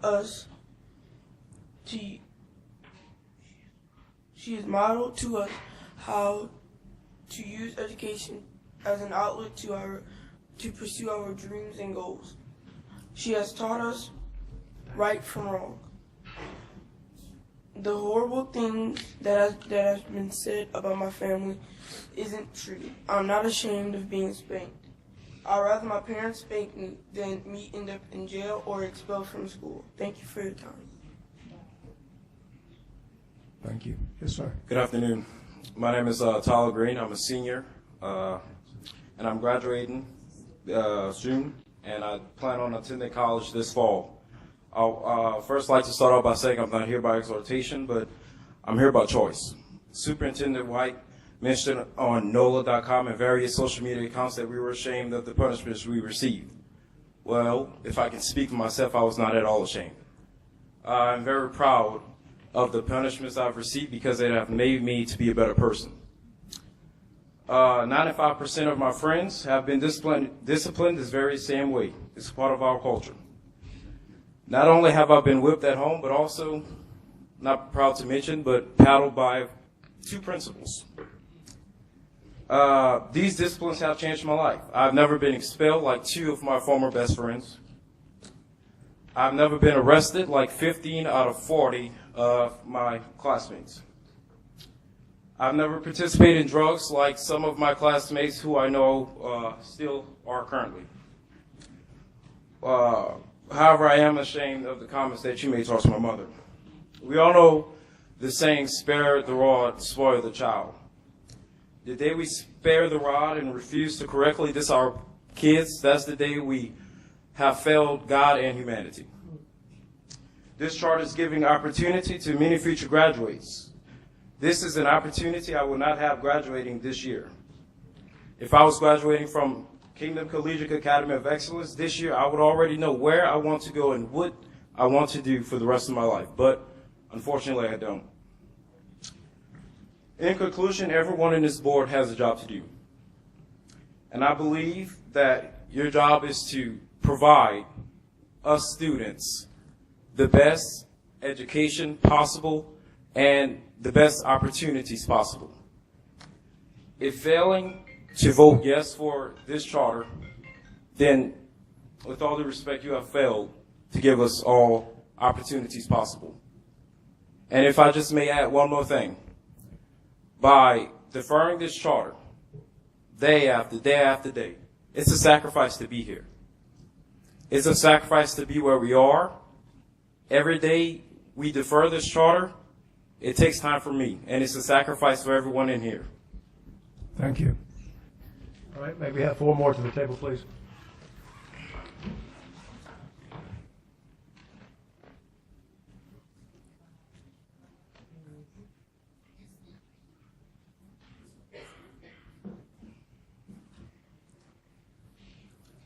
Okay, just 2 more to the table then.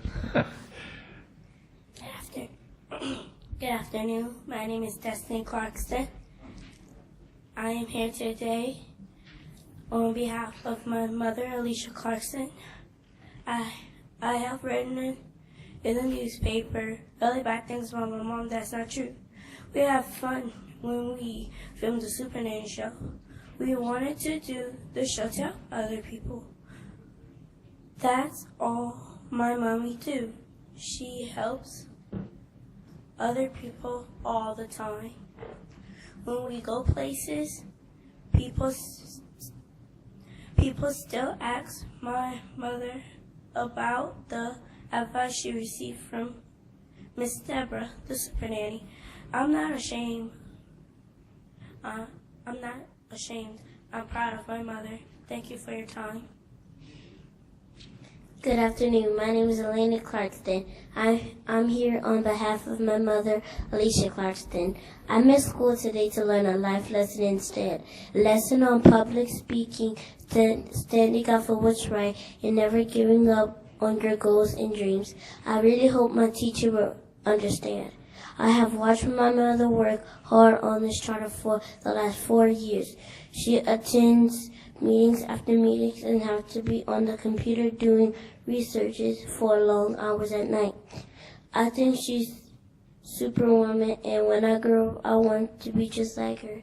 Thank you for your time. Thank you. And if your teacher doesn't understand, I'll write you a note. Just let me know. All right. Thank you.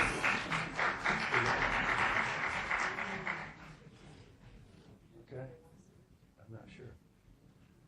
Okay. I guess. One more, I guess. So these, I guess we take these. Good afternoon. My name is Alicia Clarkston. I'm the proposed CEO of Kingdom Collegiate Academy of Excellence. I am in opposition of Superintendent White's recommendation to defer this charter, a decision being made on this charter until March. In the December meeting where Superintendent was interviewed, he did state that he will bring to this public, to this board, more information, but he made it very clear that his recommendation would not change. That this is the way that he feel, that based on what he's seen on the American Super Nanny show, showed a lack of my ability to make sound judgments as a leader.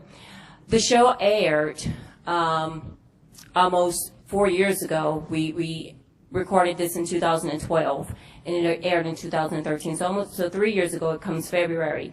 And before, after this show aired, Superintendent White did invest into me as a leader $78,000 of taxpayers' dollars through the Believe and Succeed grant. even in our conversation that we had with Superintendent White last week, he clearly stated that his concern was not about my character. It was not about my leadership capabilities or my educational training. None of those things are being questioned here. He explicitly stated that his decision was based upon the Super Nanny show. Am I correct? In our conversation, that's what you stated, correct? Yes. Okay, so based on that information, and I don't want to speak and give my own self accolades, but I have worked tirelessly and diligently for several years with students, not just at-risk students, but all students in education. Our proposal that we've submitted, and I do hear my timer going off, the proposal that we submitted, not only have I already been evaluated by third-party evaluators, school boards have already evaluated me as a leader. And in the information that you're going to receive from our board, you'll be able to see that SchoolWorks stated that I also met all those standards. And so to defer a decision being made on our charter today to go again through another evaluation process, through another third-party evaluator is unfair. Other charter applicants have not had to undergo this process, and clearly everything that Superintendent White is referring to, even in his recorded decision, is based on the show. And this is what he's disclosed to me, to my board. It's all based on a show. And my closing remark is, reality TV is just that. Television is for entertainment. And it was a show. Thank you. Thank you. Is Leslie Green or Patrick Clarkston going to speak? Or either one of them going to speak? Yes, they were yielded their time.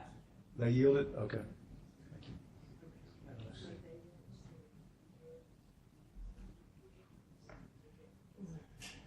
Okay, Dr. Eric Jones, if you'd come to the table, please. Thank you.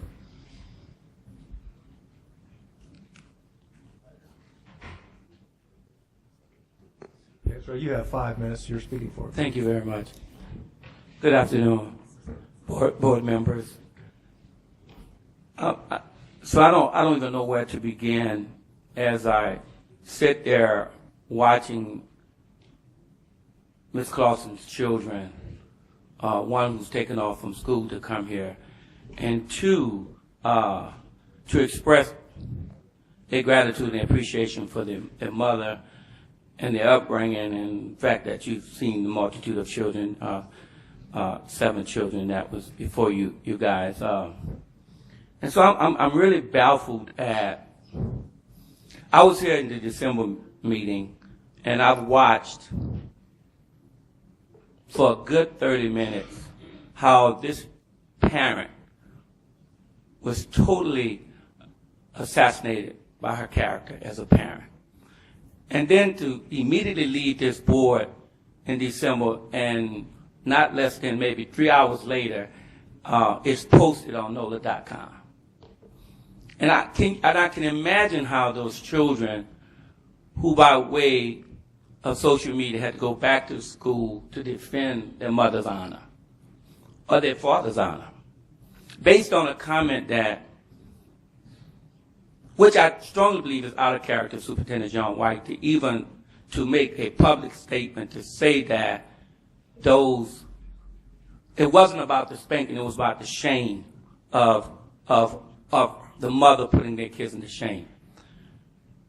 But here's how I got here, so you know. I have not met Ms. Clausen up until the day that David Shepard, who is actually the director of portfolio, I'm not sure what his position is, actually recommended Ms. Clausen to reach out to me. So I haven't been before this board in a long, long time. Like, my record speaks for itself. When normally I come before this board, it's not nice. But I was not involved in this until I was reached out by this Ms. Clausen, by David Shepard, who's the director of portfolio, and asked me to offer her some advice or some recommendations to see whether or not I can help her. So I did. And as we began the process, I was told by Mr. Shepard, did I understand the dynamics of where we were going to place this school? And this is where my troubling that. Normally I would support the board. I'm accused of being whether traditional or non-traditional in terms of what education looks like reform. 90% of the time I actually gear to this board. And I take heat from that. At the end of the day, it's always about children. But when the director of portfolio tells me, do you know where you're placing these kids, sends an alarming amount of concern for me to say, what are you talking about? He said, you're placing certain types of children in that particular area. It's a suburban area. So I don't know anything to do with suburban in Lafayette or urban or rural. I don't know that. Never been to Lafayette in terms of that area. But that's what was stated to me. And so we had several conversations with David Shepard as we approached working with Ms. Clausen. The second conversation I had was with Superintendent John White, which, by the way, up until the point of our phone conference, I didn't know we were that close because he not only recognized me as my title and what I graciously earned, called me Eric, which means we had a personal relationship because I've never ever called Superintendent John White John. So in that conversation, he made it very clear he was not going to support this. Now, I would not be before you guys if I didn't think the process wasn't right. The process and the politics and the policies that are taking place has nothing to do with the criteria. This board, this Department of Education, invested $78,000, number one. Also put this academic leader in almost a 2-year program. And when you look at the composite that this board is going to bring in, she meets every requirement. And for this board, although very often, very few times, I would disagree with anything that Ms. Ernest Jones would propose. But at this time, I don't think it's at y'all advantageous to defer something when you talk about the tenure and the time that's needed for them, especially if you're asking the same body of people, if approved, to provide excellence. And now you're asking somebody who's going to open the school in August to jumpstart it in March. That, to me, doesn't make sense. And I'm asking this board to reconsider their deferment. I'm asking the board to hear the voices of our children, who, by the way, we've always said that we want their voices heard and their voices matter. And number 3, that you do what's right. And it has nothing to do with the criteria of the document that was submitted. Schoolworks, which is an organization that are agents at this board, superintendent contracts, and I think that you guys ought to approve it opposed to deferring it. Thank you. Thank you, sir. All right. We also have Mr. Donald Aguilard. Would you come to the table, please? Reverend Felton Kolar, Julia Manuel, and Stephen Brown.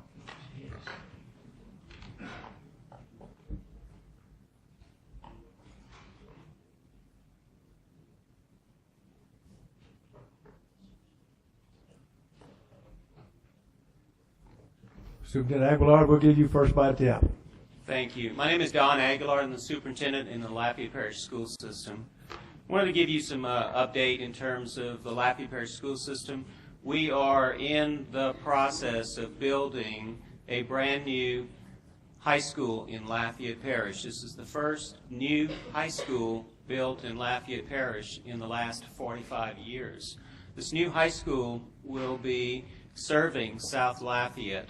This happens to be the location that has been identified for this particular charter school.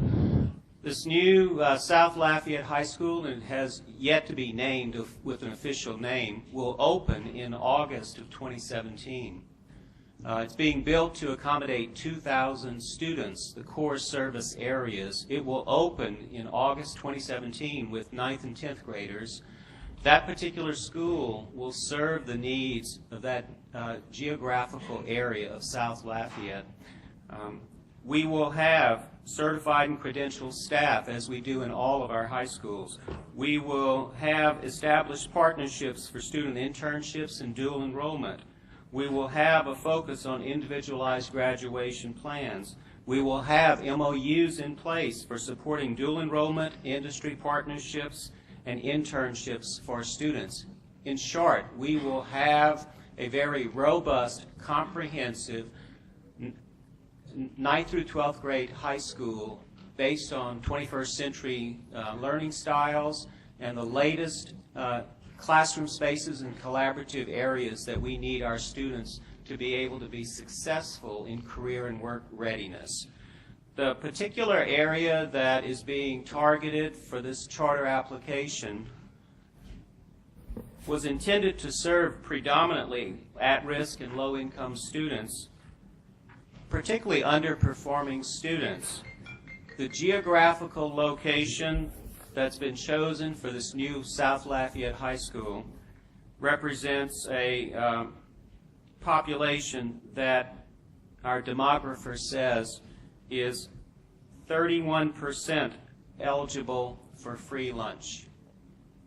So of the expected 1,342 students for this new high school in South Lafayette, 422 students will be eligible for free or reduced lunch. The remaining 69% of students in this geographical area will be eligible for paid lunch services. The Lafayette Parish School System believes that the particular location identified for this charter application is inappropriate. It's a duplication of services. It's redundancy in terms of offerings, and it certainly is not needed by the citizens of Lafayette. We urge you to not only defer this recommendation for an additional external review, we would urge the external reviewer to communicate with people in Lafayette and determine whether or not the proposed site is currently appropriate for a new charter application. Thank you. Thank you. Who's next? Ms. Mann, would you identify yourself, please? Good afternoon. My name is Julia Manuel. I'm the board chair of Kingdom Collegiate Academy of Excellency. Kingdom Collegiate Academy of Excellency, operation of a successful charter, which requires a strong foundation, which is the board of directors. The charter is awarded to the board and not the CEO.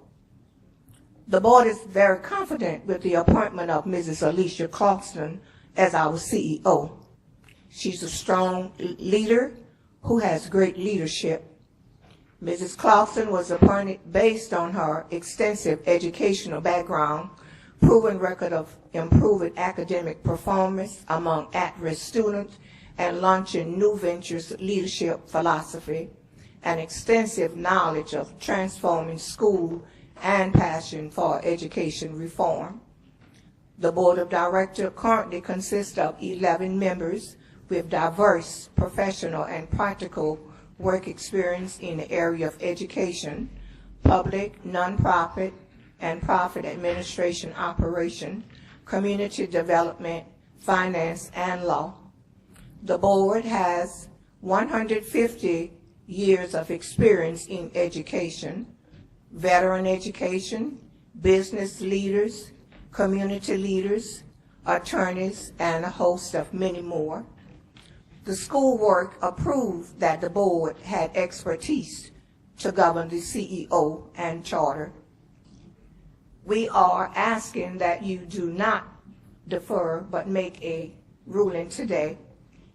We have members from our board that will address you today also. Board members, please refer to your package, and thank you very much. Thank you. Next. My name's Steve Brown. Good afternoon, and thank you for the time. I'm on the board, and I am the academic chair for the academic committee. I had prepared and thought I'd be here today talking about the model, which is a career academy model. I've been working with career academies for 15 years, and I'd like to talk a little bit about the quality of career academies and having a career pathway defined for every student getting an industry-based certification, every student getting dual enrollment or college credits. I think the model is a very sound model, and I was very impressed when I read the application. I'd also speak to the demographics of targeting the most at-risk students in the greater Acadiana region.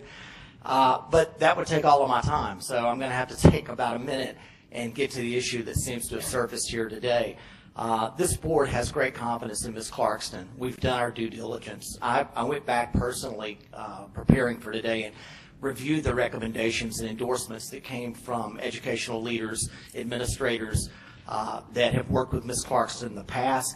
She had received across the board highly effective ratings in her Compass evaluation from her principal, Principal Lejeune, at Acadiana High School said that he found he was very impressed with her management style and her decision making. Dr. Gray, a board member at Vermilion Parish and director of school leadership there, highly endorsed Ms. Clarkston. I myself worked for years on career academies in the Lafayette Parish area, 5 years for National Academy Foundation. I think this charter school is very needed for these at-risk students to get ready for colleges and careers, and I have every confidence, as do all the members of our board, that Ms. Clarkson is the right choice to lead us and be our director. I would close by asking you to please not defer, but to go ahead and do the job of making a decision and taking your vote today. Thank you. Next. I would like to defer my time to Ms. Clarkson. Ms. Alicia Clarkson. Okay.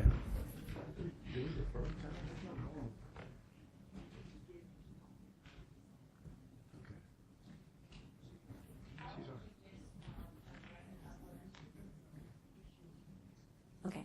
I would like to address just a couple of the concerns that was mentioned by Superintendent Aguilar.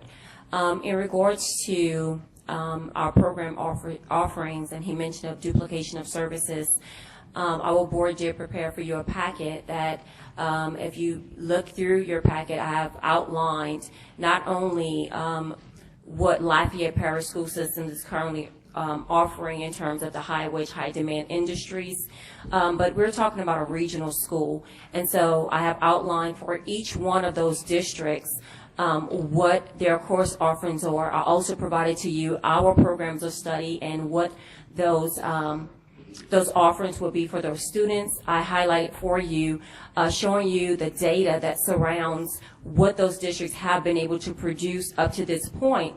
And I'm going to quote verbatim from SchoolWorks, this data has presented a compelling need for our school model to service the Acadiana region. I do appreciate Dr. Aguilar's concern, but it's concerning to me when in December our application was being brought before the BESE board, and at that time Superintendent White was asking for our charter, or recommending for our charter to be denied. And at that December meeting, there wasn't any opposition whatsoever from Lafayette Parish. And so it's just a little confusing to me that at this time, when we're being asked to be deferred until March, then these concerns are coming up. And so that's my comment. Thank you. All right. Do we have any other? One more. Oh, excuse me. Still have some more. Stan Carter, Dr. Lily Lockett, Jacqueline Gabriel. And I'm just going to call all these, so just fill in on the front row and come up as the opportunity arises. Yeah. Bishop Diana Killar, Julia Castle, Cassandra Reed, and Felton Killar Sr. Just now, go ahead. We'll start with you. Okay. My name is Jacqueline Gabriel. I'm the board secretary. I can speak on behalf of Ms. Clarkson. I work with her in the high school setting in Iberia Parish for 3 years. She was a science teacher, and I'm presently still at that school. We teach, my area is 80% high risk in this area, and I really speak highly of her because the fact that she did reach out to these kids, and of course it made a big difference with them, and the success rate was really high with the kids that she worked with. And I just feel deep-hearted that I know she's a good leader.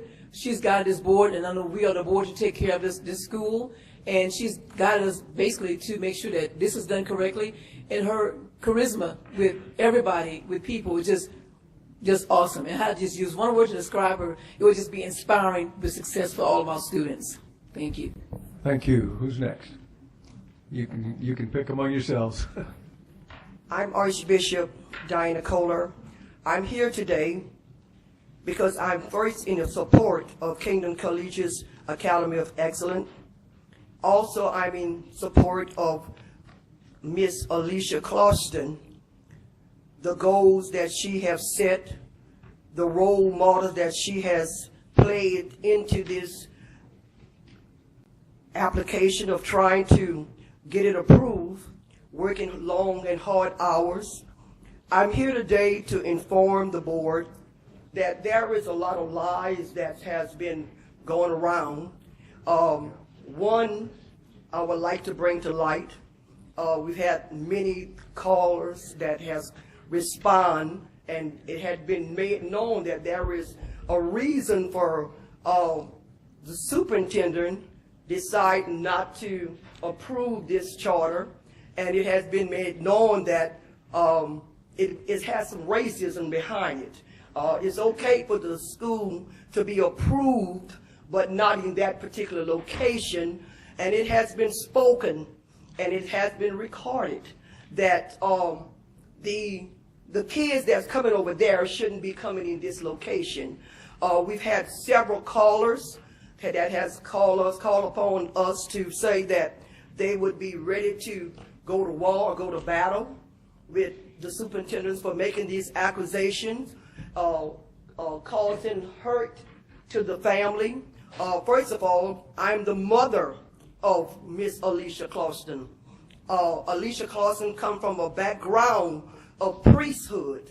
Her great-grandmother was an archbishop. Her grandfather was a deacon.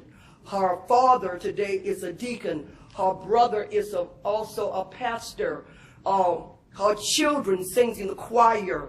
Everyone that knows Alicia, her mission was made known that she desired to educate. Please. She desires to educate. Please bring your comments to a close, please. Your time is up. Well, just in close, I would like to ask that this charter be not put to be deferred, but I'm asking that they would approve it. Who's next? Okay. Good afternoon. I'm Dr. Lily A. Lockett, Community Outreach Specialist for Kingdom Collegiate Academic of Excellence. 18 out of 33, which is 55% of the high school in Acadiana region, Lafayette, Iberia, St. Martin, St. Mary, St. Landry, and Vermilion parishes are C, D, or F high school. All of Louisiana children deserve access to high-quality option regardless of socioeconomic status or geographical location. At the core of every successful school is a strong leader. Therefore, we agree with you, Superintendent White, with the comment you made in your press conference with Ms. Clarkston when announcing her as one of the Believe and Succeed awardees and endorsing her as leader with $78,000 of taxpayer money. You stated that she had knowledge, passion, expertise, and vision to provide opportunity for Louisiana children. She's a charismatic leader, glory to God, with proven results of increased academic performance among her students. I applaud her preservation, hard work, and education to this organization and to the educating of the students in Louisiana. BESE vote, I strongly recommend you to approve the kingdom building application. We are asking you that you do not defer our charter, but make a decision today. Thank you. Thank you. Who's next? Good afternoon. Are we on? How's that? That's good.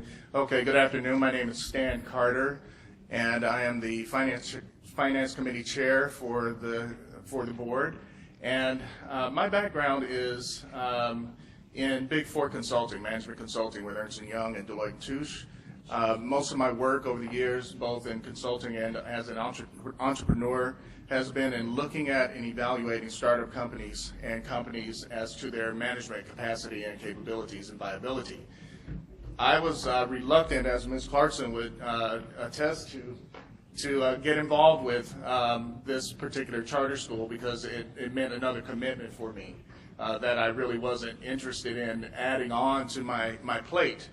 What stood out to me was that What she and her board members at the time, because we assembled some additional board members, what stood out to me was that there was a process already in place that she had been in compliance with. In fact, because she had been in the throes of this process for several years, where she had some shortcomings in the earlier years, she came back with persistence and accommodated those shortcomings from the process. What stood out to me also was that the process, by the time I got involved, was already vetted by SchoolWorks. And there were just a number of short things, small things that we needed to accommodate, and they were just basically highlighting some things that were missing. And as I got involved with the board, that process was addressed, and those issues were addressed, and I participated in a meeting with BESE, I believe it was in December or October, last fall, where we met all of the required items.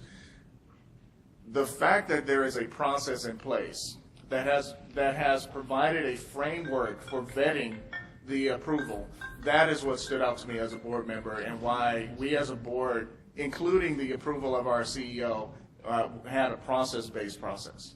Thank you, sir. Who's next? I guess the three people behind you there.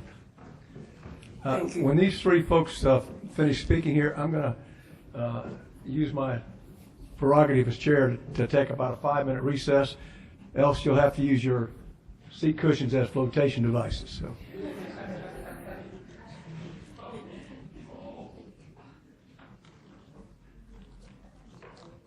Okay, who's first?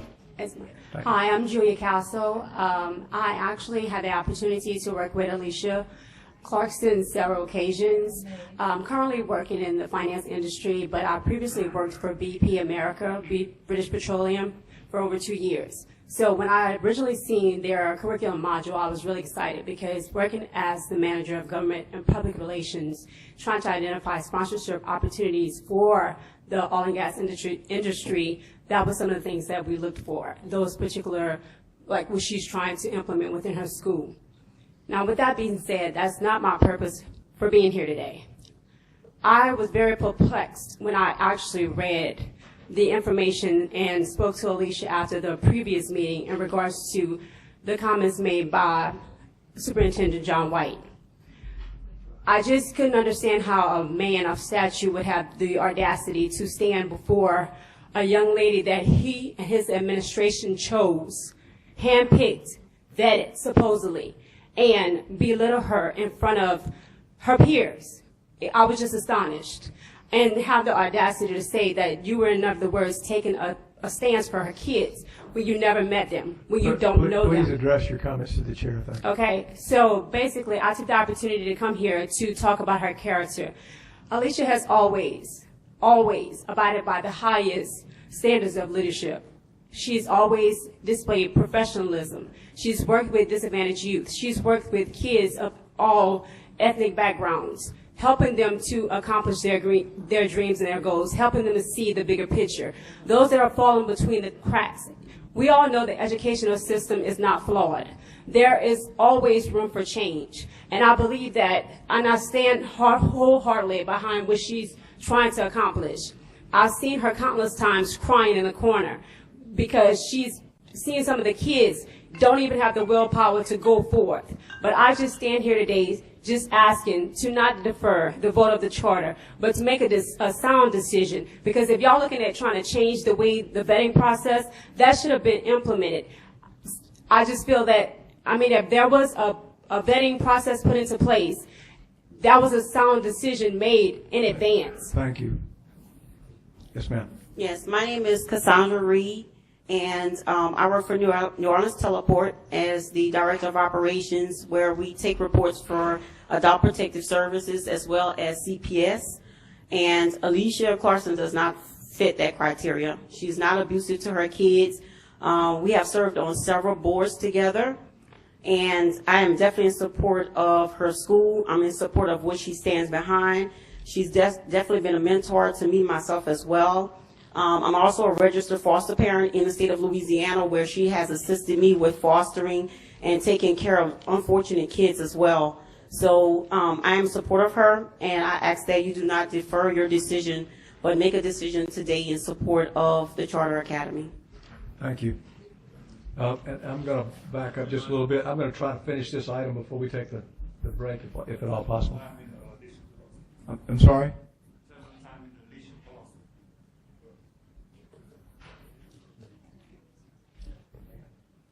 I would just like to ask the board, in consideration of making your decision, again, I want to reiterate that I have went through being evaluated by a third-party evaluator that was selected by the state. Additionally, in the package that was provided to you, I have provided information from campus evaluation, as well as students, as well as former coworkers, administrators, in regards to my character, in regards to my work, my passion for education, and I ask that the board would review those letters that are attached to their packets, as it speaks in regards to what's being questioned now, my professionalism. Thank you. Thank you. The chair recognizes, who am I recognizing? Ms. Lewis, I'm sorry. Chair recognizes Ms. Lewis. She has a request. I have a question. We received this packet, and can someone, I don't know what board member gave us this packet, can you kind of walk us through exactly what all this is, just so we could have a frame of reference? I think that packet actually was provided by them, but I think it would be more appropriate for Superintendent White or someone on his staff to walk us through that, because this is the actual exec record. Yep, yeah, this is backup. Recommendations and different. Right. What? Yes, can she go through that, especially some of these names, so people could have context on who these people are with recommendations? I think that would be helpful. Because a lot of us really don't have a frame of reference on why they would be referring. I think this is the third-party recommendation from SchoolWorks. Is that accurate? No, she has a whole packet of information. She just. Right, but what is this? Yeah, she has. Personal references. I believe you're talking about the references, compass just various. Could you? Right. Thank you. So in the package that was provided to you, initially it starts off with SchoolWorks recommendation. SchoolWorks did highlight strength of our application, the board expertise and knowledge, as well as the compelling need for our school. Then if you continue through that recommendation, we have highlighted areas where SchoolWorks points out the specific data that supports their decision, and their recommendation that there's a compelling need for our school, as well as if you look on page 13 of their recommendation, this is where SchoolWorks evaluated me as a leader, and I met all those standards as set forth in the rubric designed by the state, and so that's highlighted for you as well for your reference. The next couple of pages are actually taken from our application, where we outline, based on that data that was provided to SchoolWorks, the current course offerings that the districts within that region are currently offering, and the percentage or the numbers that students have been able to complete their industry-based certification within our high-wage, high-demand fields, thus alleviating the concern that this will be a duplication of services. And so that's provided to you. The following page then talks about what the program of studies are that our school would offer, and those the different academies that will be provided. On the next page, we provided an example of what student learning would actually look like at our school. And that covered the next 2 pages. And then we have our My Compass Leader Performance Evaluation, which shows that I received highly effective on both of those evaluations, and I provided that for your reference. And then we have additional letters of support from principals, from my former principal, where I serve as an assistant principal, his recommendation, and I highlighted some things that he stated, as well as from former teachers that I work with, and community leaders, former students whose lives that I've made a difference in, as well as parents that I've worked with to help move their children and give them direction in life. And so that's an overview of everything that was received in the packets that you have. Thank you. Can I have a question? Yes, ma'am. Ms. Clarkson, are you providing courses that are not going to be provided by the Lafayette Parish schools, high schools? Correct, yes, ma'am. And there are also courses that are not falling within the Acadiana region. So we will be a CTE regional school. Yes, What ma'am. are those courses? Give me a second. If you tell me where to look. On page 20, if you're looking in your packet, Okay. at the bottom is numbered page 20.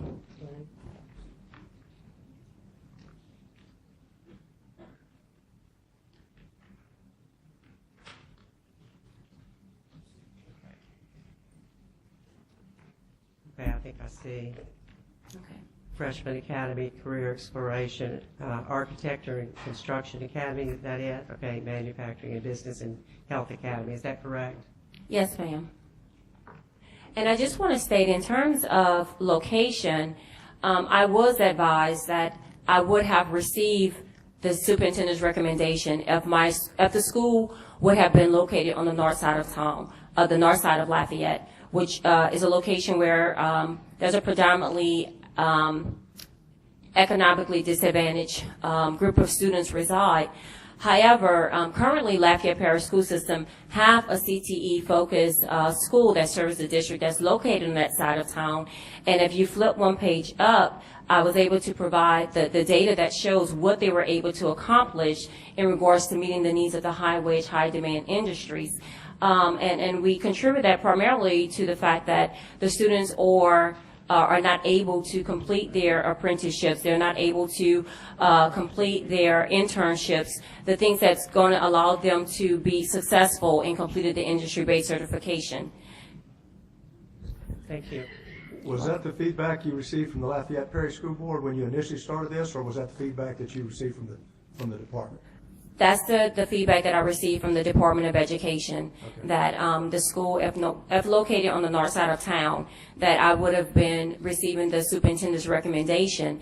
And the mayor, I know that a lot of the board members are new, but the mayor, when we spoke in December, I'm not sure if you watched that meeting or not, but the mayor did provide a very intense letter of support in regards to wanting the school there in the Broussard area, and outline the very economic advantages that the school will provide to that region. Okay, thank you. Any other board members have any questions? And I believe we've exhausted the speaking cards, so I think it's time to see if someone can remember the motion that's on the floor. Thank you. The motion with a second is defer Kingdom Builders charter application until March of 2016 to direct the superintendent to conduct a third-party independent review using nationally recognized standards in the area of school leadership for the Type 2 charter application submitted by Kingdom Builders Community Development Organization, and to direct the superintendent to provide a report to the board concerning the review in March 2016, and further for the superintendent to provide a report in March 2016 regarding third-party reviews for future charter school applications concerning the leadership component of the charter school application. Is that right, Kira? That is right. Great. Ms. Dillon, second. All right, so we have that motion. We have a second. Is there any objection? You're voting to defer and to do all the other steps I just outlined to you. No objection. Motion carries, and we'll take a 5-minute recess.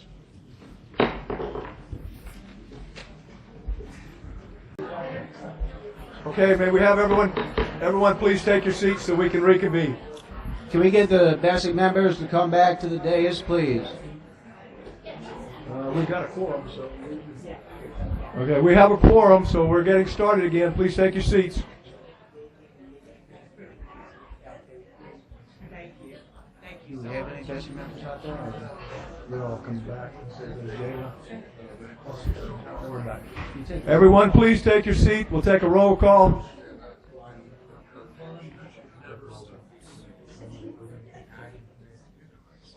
Okay, I think we got it. We don't need a roll call now, so we're good. Okay. Next item on the agenda, please. Your next item is on page 3, item 2.3, consideration of the extension and renewal of charter contracts for BESE authorized charter schools. The department recommendation is to approve. A new executive recommendation and backup have been distributed, as well as a deck has been distributed by the department. Okay. So moved? Second. And second. Moved by Dr. Vogt and second by Mr. Darby. All right, any, is department going to make a presentation? We are going to make a presentation. Okay. I know, I recognize the day is late. I will need staff to please help me flip through the deck. But members, I wanted just to provide this renewal and extension of charter schools is a oftentimes confusing subject because you have dozens of schools with multiple years of experience, and they are being treated each in a different way. So it can be confusing, and I want to make sure that the facts are on the table. So Ryan, let's walk through this quick presentation. Members, you can see the presentation on your television in front of you, and for those in the audience, you will follow along above. So what is a charter school, first and foremost?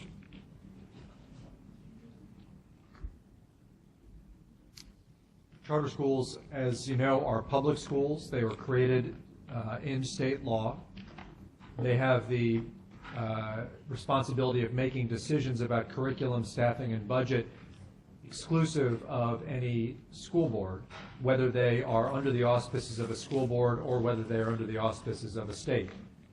They can be authorized locally by a school board or again by you here at the state level. In exchange for that accountability, that autonomy is accountability, and the accountability comes on a contract. Each contract has a term, and your job is to determine whether or not that term should be, or that contract should be continued. As a state, we have a strong framework for this. We receive accolades regularly nationally for the strength and coherence of our charter school model, including this year being recognized as one of the top 10 states for promoting a strong charter sector. That has resulted in a sector of moderate size relative to most states, but where the gains made by schools have tended to be stronger than in most other states because of our stringent accountability. And it has happened on many occasions that this board has chosen not to continue contracts because they don't meet the performance terms required.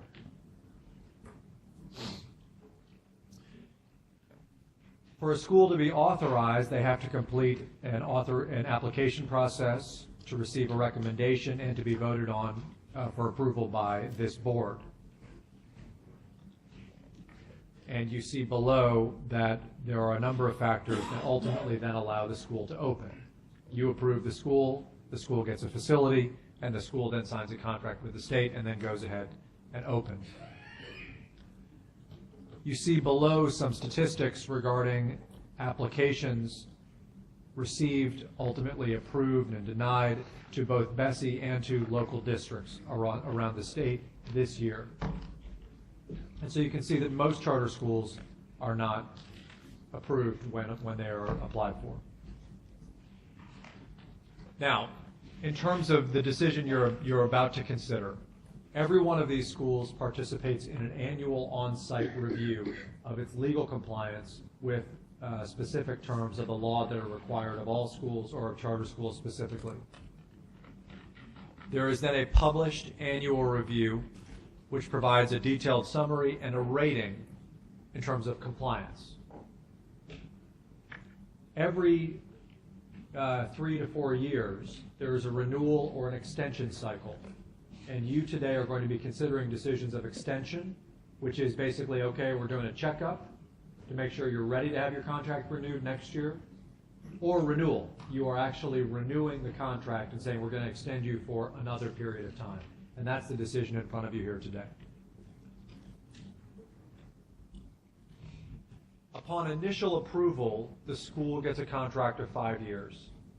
And you then vote on the initial approval, you then vote after that term is up. But we have charter schools in the state that are a dozen years old and that have been through multiple rounds of this. The length of the contract that is offered the second time, not the first time, which is 5 years, but the second time, is entirely contingent on how well the school has done on its reviews annually and how well its academic outcomes reflect on the school. And as I've shared with you in briefings, there's just a simple formula for how well the school is done academically, or whether the school has complied legally, and thus what the length of the term that's recommended for the next renewal is. We are not bringing you any recommendations today based on the formula that indicate that you will have to end the contract of any organization.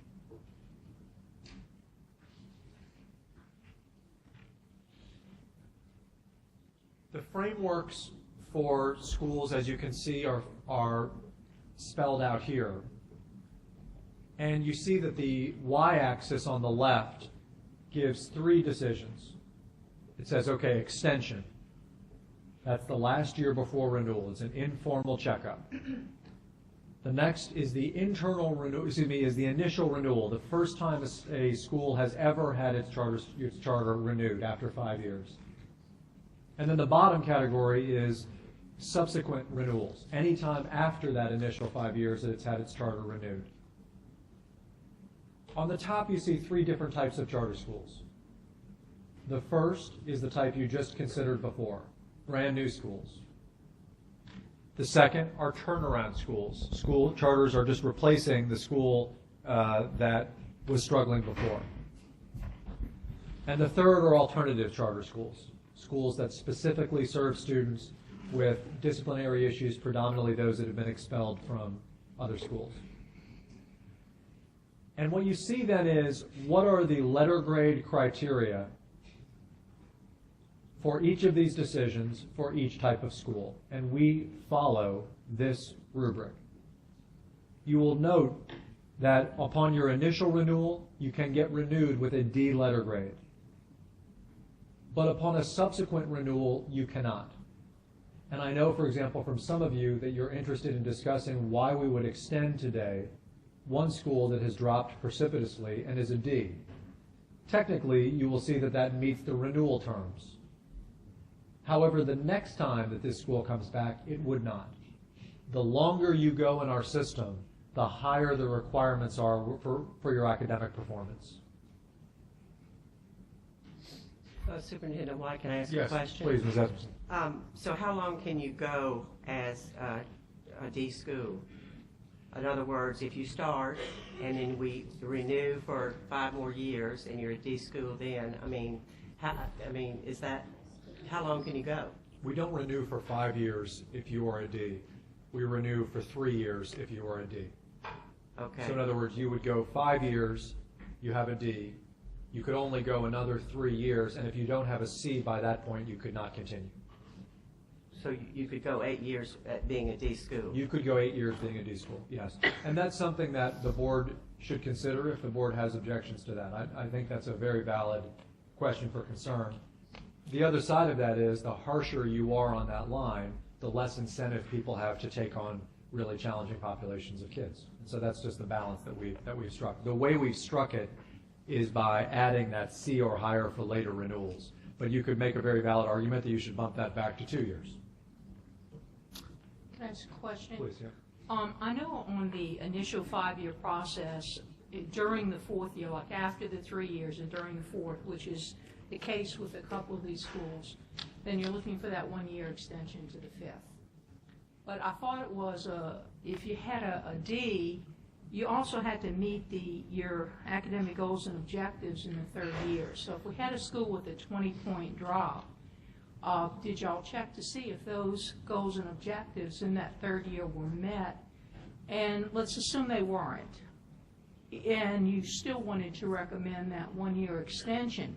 Would you then put something in place in terms of more oversight or more frequent reporting or any support or technical assistance from the department?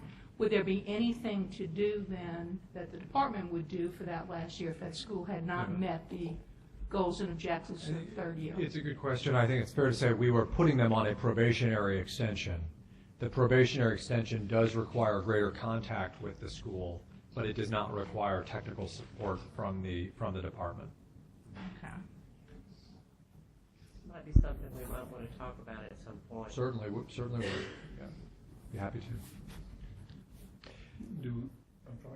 Can I just let me finish just 2 more slides, Dr. Jones? Thank you. So you see there are these three dimensions, and I know I've been through them before, but the academic, the financial, and the organizational. These second two categories are obviously outside the letter grade, and every school receives a review. The department reviews its finances. The department reviews it organizationally on an annual basis. And so here you get to Ms. Edmondson's question, which is the term that is granted to a school that based on its letter grade. In other words, you first have an academic base term, that is the number of years that are granted based on the letter grade, and then there are additional factors based on the excellence or lack thereof of legal compliance that are then added, which means that you could extend under this framework a school for just 3 years and keep a pretty close watch over it, or you could extend a school for 10 years. And I know that in a recent briefing, somebody said, well, that seems quite long. Remember that at any time, you can decide to terminate a contract for cause. Also, you do an annual review of every school. And there are schools that will be very familiar to you, like Benjamin Franklin, for example, which is an A-rated school. It's a charter school. It has a 10-year contract.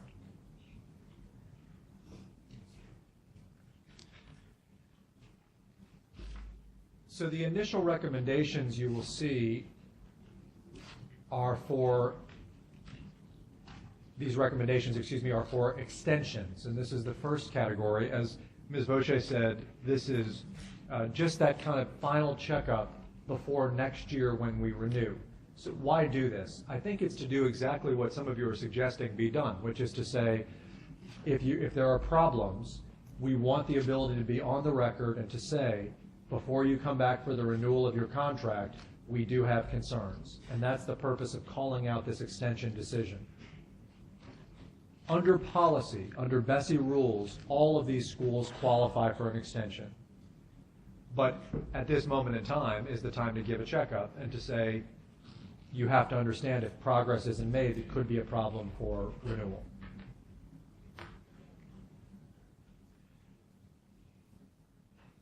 And then there are a series of renewal decisions. With respect to these decisions, you are specifically renewing the contract. And let me say this about these 4 schools that you see here. There are very different stories here. For those of you who have been on the board for multiple years, you've had involvement, deep involvement with many of these schools, but they've all traveled a different road. Lycée Français started in Uptown New Orleans 5 years ago. It had some governance challenges. It had some leadership challenges. Their leadership, Mr. Keith, is here today, and I will tell you it is one of the strongest turnaround stories of a charter itself that I have seen in my years working in administration. He has done an extraordinary job. He has the full support of his board, and they have an enduring institution in New Orleans. Lake Charles started, I saw Judge Thibodeau here, started from scratch. It was the first charter school in its parish and has done good work, and we look forward to more from that school. Harriet Tubman and Fannie C. Williams are both turnaround schools. They both took on struggling schools in the past and have made academic strides with those schools. So there are different types of charter schools on this list. 2 of them are type 2s, 2 of them are type 5s, 2 of them are fresh starts, 2 of them are turnarounds, but they've all traveled a long road.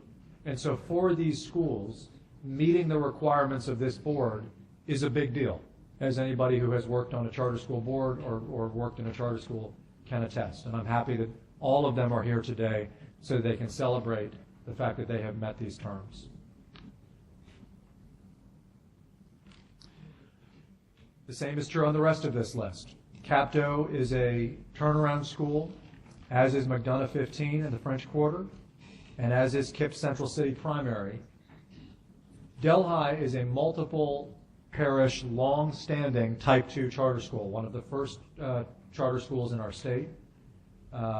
And you can see that it is on its 2nd renewal, Capto being on its 3rd renewal.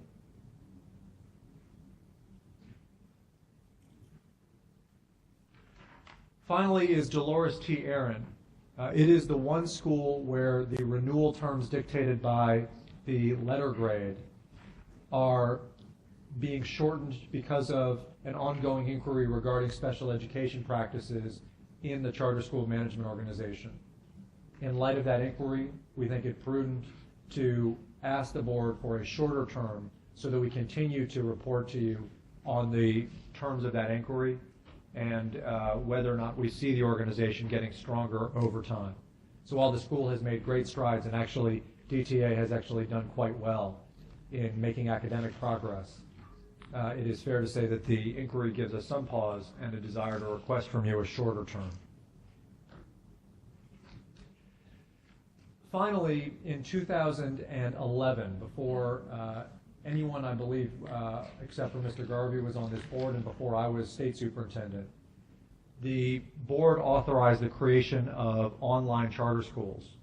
These are schools that provide 100% of their education through a virtual setting. That has allowed hundreds of kids to be served whose parents travel from parish to parish, who have specific needs academically, who have specific family environs that the family is trying to achieve, and so on. It also, though, we think can be strengthened through more face-to-face contact with students and what we're calling an enriched model. Research shows this, shows that kids thrive more, especially struggling students, in more of a blended setting. We believe that kids should have access to a blended setting and not just to a purely online setting. And though the schools meet the terms for renewal, we've seen evidence in research that kids tend to struggle more when they don't have any face-to-face relationship. So I want to praise the boards of these two schools who, at expense to their school budgets, have made adjustments and have agreed to a separate framework for these enriched schools that will still provide much of their education online, but will also make accessible now face-to-face services for any child who needs it and wants it within their student bodies. That's a huge shift. I think it's a huge shift in the right direction, but it means that we will no longer have purely online, full-scale schools, and instead will require in their contracts that they have an enriched model where much of the instruction will be delivered face-to-face. Thank you for giving me at this late hour the time to give a presentation, and look forward to any questions and certainly to public comment. Okay, I would like, before I call up the public comment, to ask the board, would you like to consider this all in one motion, or would you like to do the extension separate from renewals? Any preference? One motion. One motion? Okay, that was my preference too. I just wanted to know. Okay, if the following folks will come to the table and the chair row behind it and just fill in as a opening comes there. Leslie Bowie, Vicki Landry, Ashante Chanzi, Jonathan Burtek,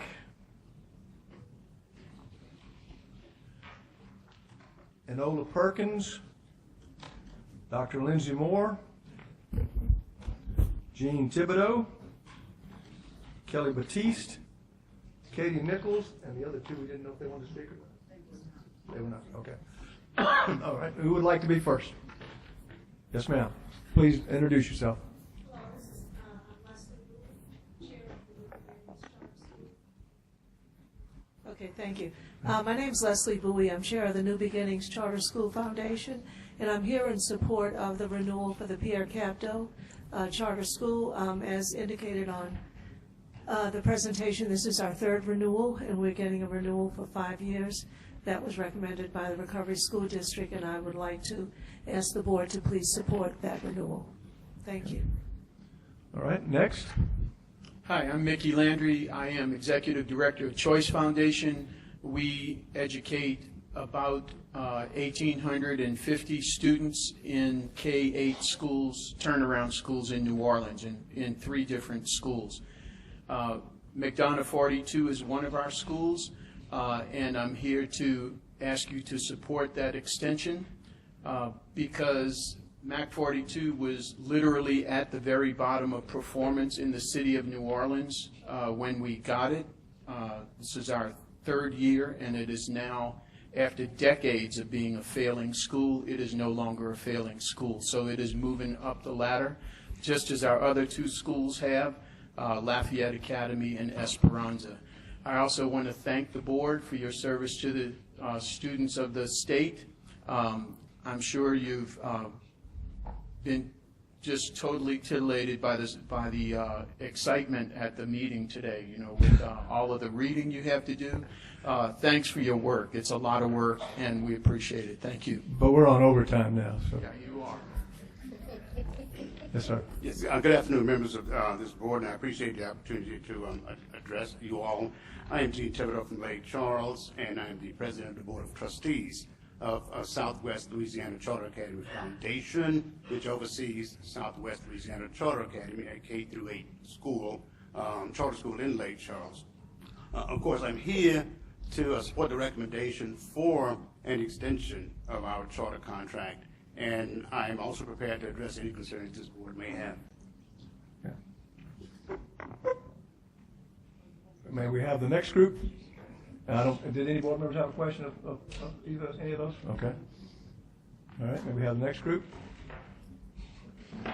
Hello. Hi. I'm Kelly Baptiste, principal CEO of Fannie C. Williams Charter School in New Orleans East. We're a school of 600 students, about 14% special ed, and I'm just so honored to serve as the leader of the school. Ms. Terry Williams, our chief academic officer, and I have brought some students here. It's been a long day, and they'd like to, if you would, please allow them to address the board. I thought that was your assistant principal. She could be. She could take my job.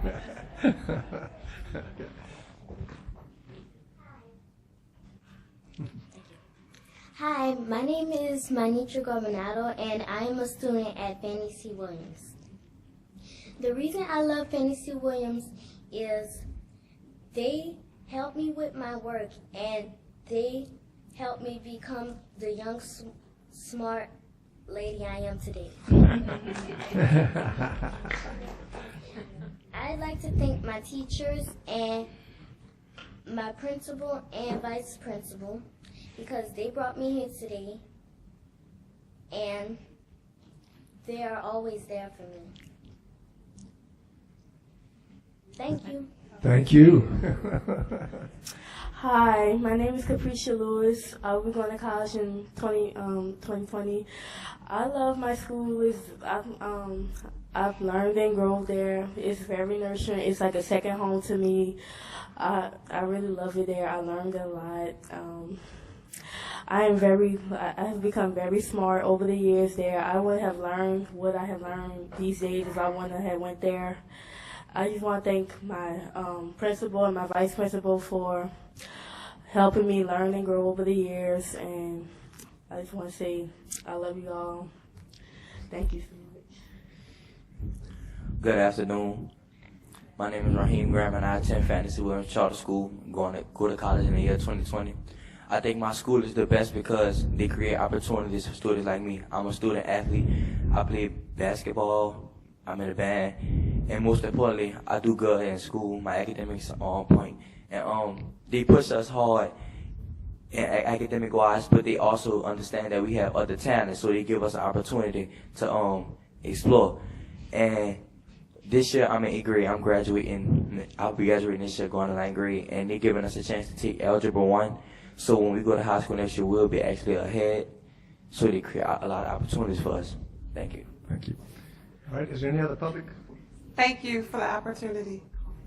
Okay, we need to have the children and young adults, fill out a card because we want their names in the record. That may be a future governor right there. She probably will be. Thank you. Thank you. All right, do we have any other public comment? Yes, ma'am, please.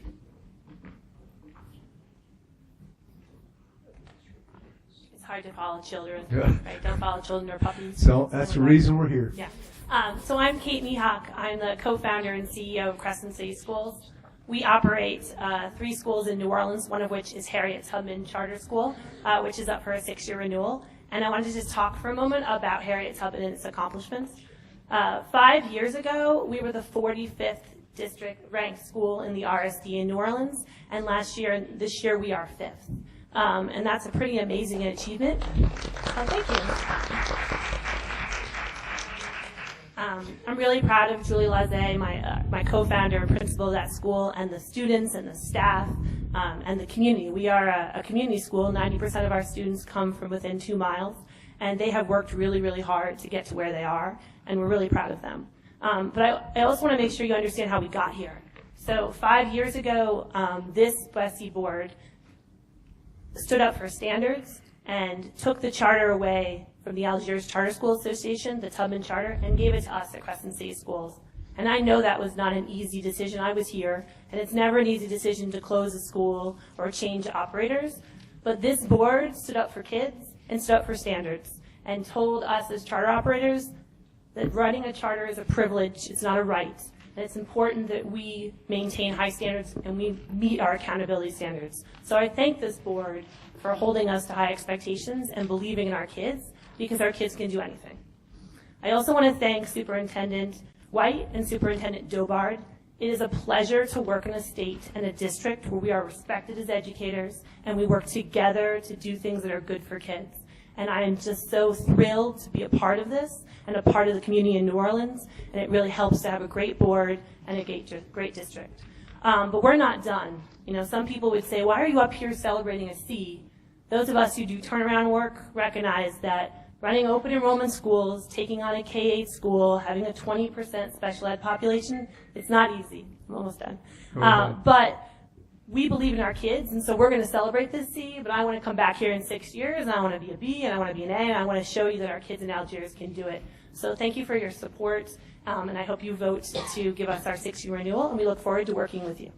Thank you. Are there any other board members that have a question or a concern that they'd like to express? All right. Before we take the vote, I'm going to, as soon as the vote's taken, I'm going to pass the gavel up to Jim or Holly. I guess which one of y'all is what the assistant chair? Does it matter? I'll pass it to Jim. Okay. Just long enough to make a statement on this particular issue. I'm going to do it after we vote and before we go to the next item. But I feel like I have to be on the record for something here, not for today, but for the future. Okay. So at this time, we have a motion to accept the department's recommendation and grant all the extensions and renewals that are there. Is there any discussion? Yes, ma'am. I was just going to say a second. I'm sorry. She made a motion. I just second. Do we need a motion? I thought we had one. Okay. Yeah. All right. So, and a second. And is there any opposition? Okay. Motion passes. All right. I'm going to pass the gavel for just a second. Yes.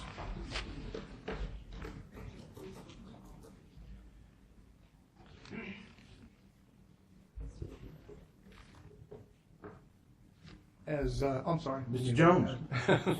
As Superintendent White knows, I had some reservations about this particular issue, and I looked at it long and hard and back and forth. And I want to say that, first of all, I'm a supporter of choice.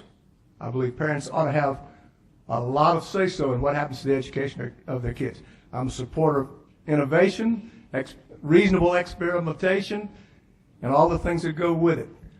So I want charter schools to succeed.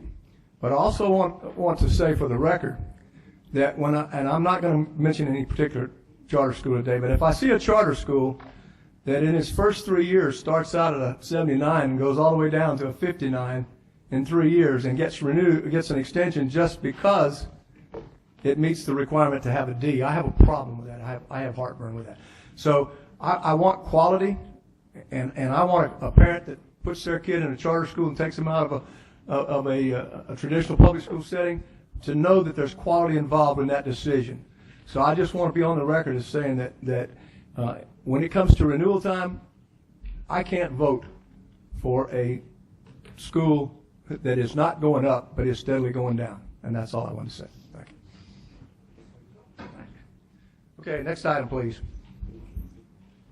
Your next item is on page 58, item 3.1, consideration of a cooperative endeavor agreement for the use and control of the Estruma High School facility in East Baton Rouge. The department recommendation is to receive the Estruma Cooperative Endeavor Agreement and to approve the transfer of Estruma High School. So moved. We have a motion, and do we need a second? Second. Okay. The motion was Doris Boche, and the second was Mr. Tony Davis.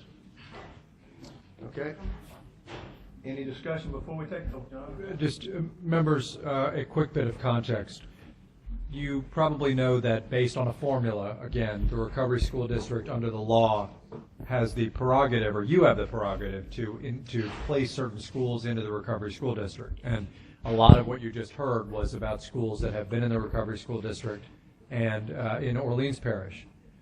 You probably will hear a lot of discussion in the months to come and the years to come about schools in Orleans Parish moving out of the Recovery School District or considering moving out of the Recovery School District also. However, the Recovery School District has schools in other parishes, school facilities in other parishes too. And 3 years ago, the Recovery School District took over control after years of real struggles at Estruma High School, which is about 2 miles north of here in East Baton Rouge Parish in Ms. Lewis's district. That's a huge facility, and the Department of Education and the Recovery School District have not been able to compel an individual or an organization to start a new high school within that facility out of a fear of being unable to afford it. On that basis, the Recovery School District began negotiations with the East Baton Rouge Parish School Board to return the control of that facility to the East Baton Rouge Parish School System upon the date when it can. That date is in a year and a half. And so you are voting today both for us to enter into an agreement with them for them to use the building for the next year and a half, and then upon that expiration for them to have full rights of ownership again. Meaning for the next year and a half they will be tenants, and after a year and a half they will become landlords again. And that is what you are voting on today. Thank you, Mr. Chairman. Any board members before we get public comment? All right, with Mr. Moyne Rutledge. Okay.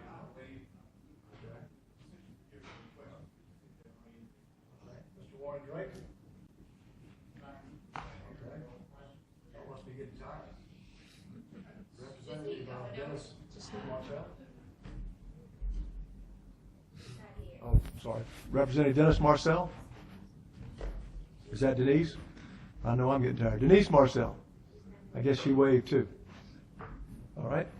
Being no further public comment, and we have a motion on the floor and a second. What is the pleasure of the committee? No objections? Motion carries. All right, next item. Your next item is on page 67, item 3.2, consideration of a report on issues related to capital repairs for RSD school facilities in East Baton Rouge Parish. The department recommendation is to receive. So moved. We have a motion by Representative Garvey and a second by Ms. Owens Jones. Members, I'm going to ask, in light of this being a report that Superintendent Dobard, whom I'm assuming most of you, if not all of you, have met, deliver the report, as this is his district and the schools that they oversee. Good afternoon, everyone. Patrick Dobard, Superintendent, Louisiana Recovery School District. And first, I would like to just thank you all for your service, particularly the new members to BESE. Look forward to really working very closely with you. And I hate to be in the way of adjournment, so I'll try to be brief, but also I want to do justice to the item. We've been working for several months now in earnest with the leadership from East Baton Rouge regarding coming to an agreement on capital repairs definition, as well as a process towards maintaining routine maintenance for facilities. At the December BESE meeting, former BESE member Chaz Rama asked that we just give an update report, and I just wanted to share with the board the progress that we've made since that last meeting. We've received last evening from EBR their next round of edits that they sent back to us. We've been kind of going back and forth around the definition. I feel like this time we're very close to coming to that agreed upon definition.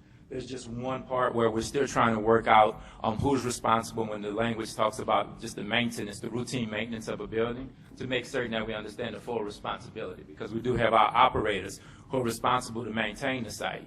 but then the checks and then the counter checks that also make certain that we're following the protocol established by EBR. We want to make sure that we're very clear. And I did talk to their counsel. I'm no attorney, so I have to make sure to get with our counsel, and we just received it yesterday. But their counsel, Mr. Rutledge, has been working very well with us on this, and he assured me today that we will get together in very short order and finalize that. And so I feel very confident that we'll be able to do that. I'm happy to come back to the board at the next meeting to hopefully report that we have reached an agreement on that capital repairs definition.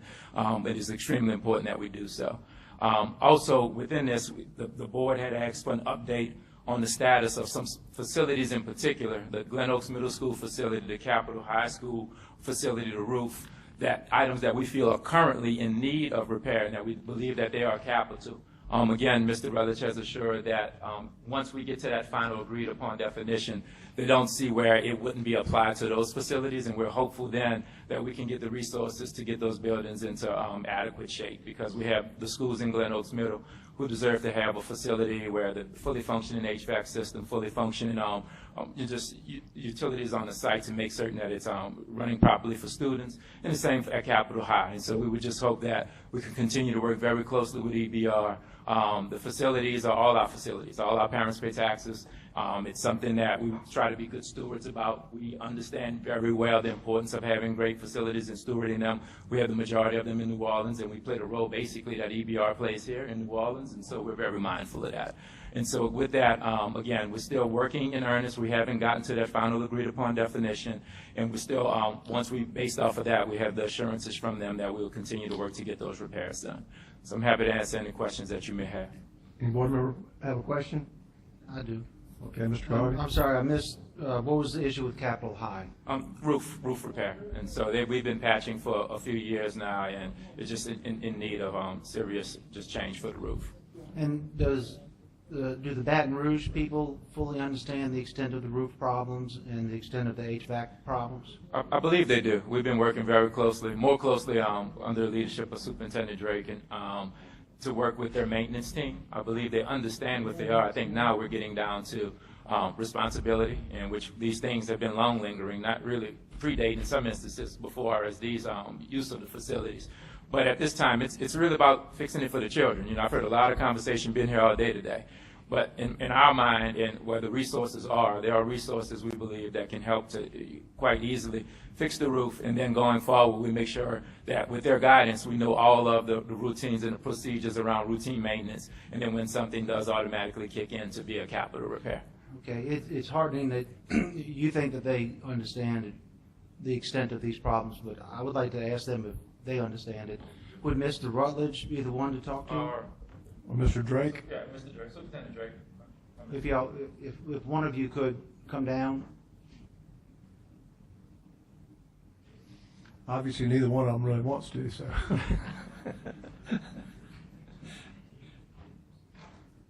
Yes, regarding the HVAC, how big of a problem are we having with the HVAC in that school?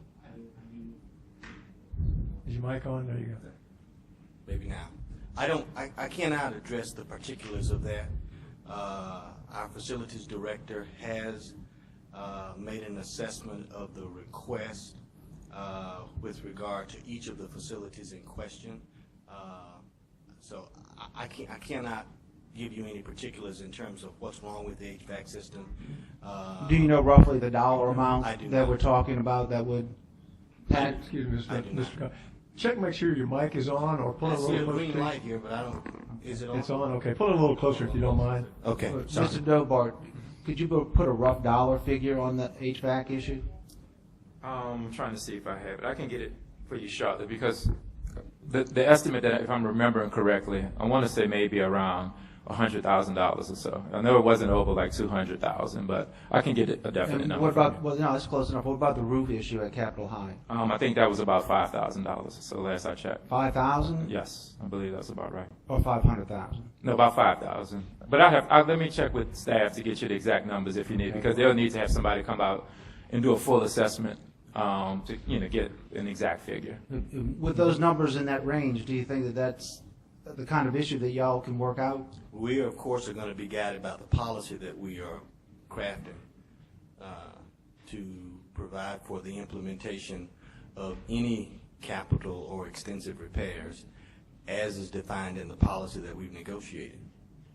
So And that will govern that. Patrick, you think that the policy is going to end up including these type of issues? Yeah, I'm hopeful because we've already agreed upon it in the proposed language where we're close, where we still have like the area around the routine maintenance, but we have agreed anything over $25,000 would be deemed capital repair, and they have listed out very clearly HVAC, roof, and so I'm confident it's just these are long-standing where we've never had that agreement to where we're very close to finalizing the agreement. And when, in the estimate I just gave you on the roof, that is just if we do a simple like partial replacement. But if it's a full roof replacement, that could be upwards of, $50,000, $60,000. But the thing is, it's about the clear definition of what is a capital repair. So we're very close in the document that we have. We just have to further define what we mean by routine maintenance, which leads up to that. And anything over $25,000, they've already showed us that that's what they believe should be determined as a capital repair. Okay, and the item that we just approved as a committee, but we haven't yet approved as a full board, involves a capital item, the transfer of a sizable school from the RSD to the Baton Rouge School Board. You don't think that we should delay on that capital issue while we're working on these capital issues? No, I wouldn't delay on that other item. But and I do feel like we're making like significant progress, and I always wish it could be faster. Understand that things do take time, but I wouldn't put the two together. Okay, thank you. All right. Is there any objection to approving the motion? Motion carries. Committee. Oh, I'm sorry. We've got some more people up here. Oh. Okay, all right. Caroline Romer, who's she? She can speak now. She can speak now, actually. Oh, now that. Michelle Gig. I hope I pronounced that right. Michelle? Okay.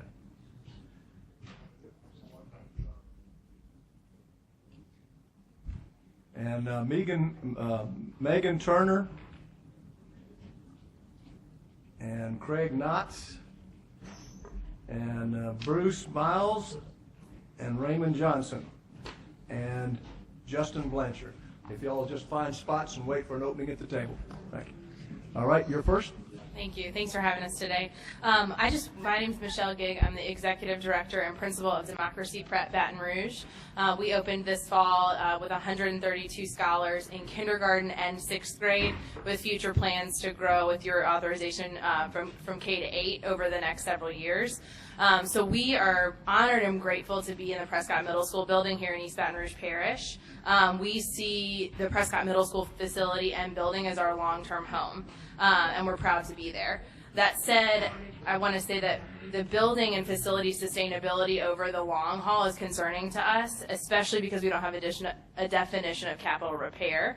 So what I need to do to plan for my future scholars all the way through the college class of 2050 is to be able to know that we have a sustainable facility option that I can financially sustain over time. So I would just like to implore the work between East Baton Rouge Parish and the Recovery School District to get this definition on the book so that I can plan for the immediate needs of my scholars and the scholars for the future of Democracy Prep. Thank you. Did I pronounce your name right? It's Gig. Gig. Yes. Okay, thank you. Yes, ma'am. Hi, I'm Megan Turner. I'm the founder and executive director of Baton Rouge University Chicago Attorney. I'm located on the Linux campus we referenced earlier. In addition to my school, there's approximately 400 students on our campus. My school has 180 students, kindergarten and 1st grade, but we serve 6th grade and 7th grade as well, and we also serve the other campus, school on our campus. In my first year of operation with the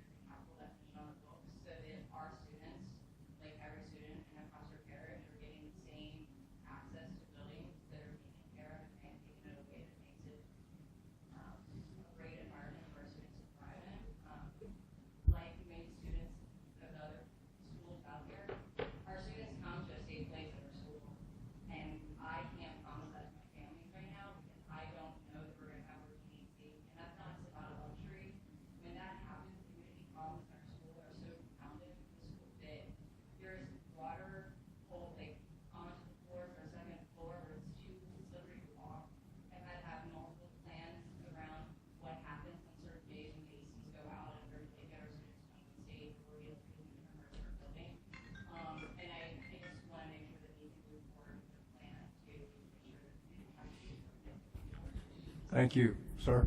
Good afternoon. My name is Craig Knotts. I'm with Celerity Schools, Louisiana. We have 3 schools in Baton Rouge, kindergarten through 8th grade, about 1,200 students. 100% of our kids qualify for free and reduced lunch. 99% and above are African American students.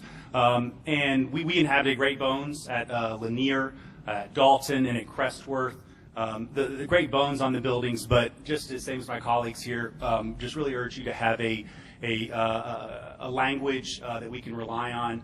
We've actually had really good relationships with EBR, with their whole facilities team in terms of working on different aspects of things. We had foundation issues at Lanier.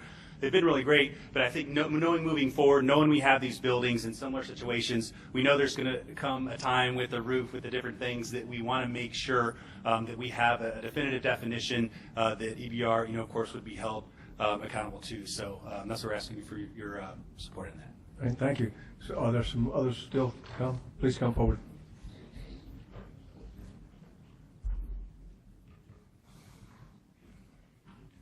All right, who's first? You will? Okay. You need to state your name, please. Hi, my name is Justin Blanchard. I'm with Friendship Louisiana. Just a point of clarification, and then I'll cede the rest of my time to Bishop Raymond Johnson.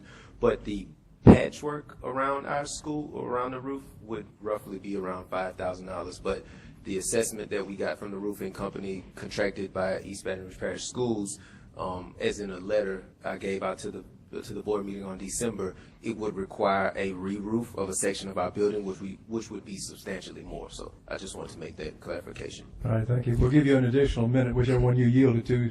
We'll give you an additional minute, but we've had a lot of extensions today, so go ahead, sir. I know, and Good afternoon. Bruce Miles, Board President, Friendship Capital High School. Following up on the capital repairs, I would also like to yield my additional minutes to Bishop Raymond Johnson. Okay, now you get 4. I'm going to be very, because I've been here just like you, and I appreciate all of your efforts on it. With the point of Friendship Capital as well as the other school, my name is Raymond Johnson. I'm on the board at Friendship Capital, also as an alumnus and part of the group that have adopted these schools, where we have to go and do a lot of the painting and minor repair. The millage that was assessed and voted on by the residents of EBR, those monies were supposed to be used to repair all the schools, even before RSD, EBR, and all the things that we deal with. And I think the plea today is just the effort to make sure that the students, over 400 students at Capital, they have a safe, clean school that work in air condition. Some of these problems are systemic and long-term, and the plea is just simply to apply the effort throughout the school system, as we've done with Baton Rouge High and Lehigh, and the $15 million or $10 million that's going to be spent at Estruma. Thank you. Thank you. Any other public comment? Any other board comment? Any objection to the motion? Hearing none, the motion passes and the committee is adjourned. Is that right? Thank you. Thank you.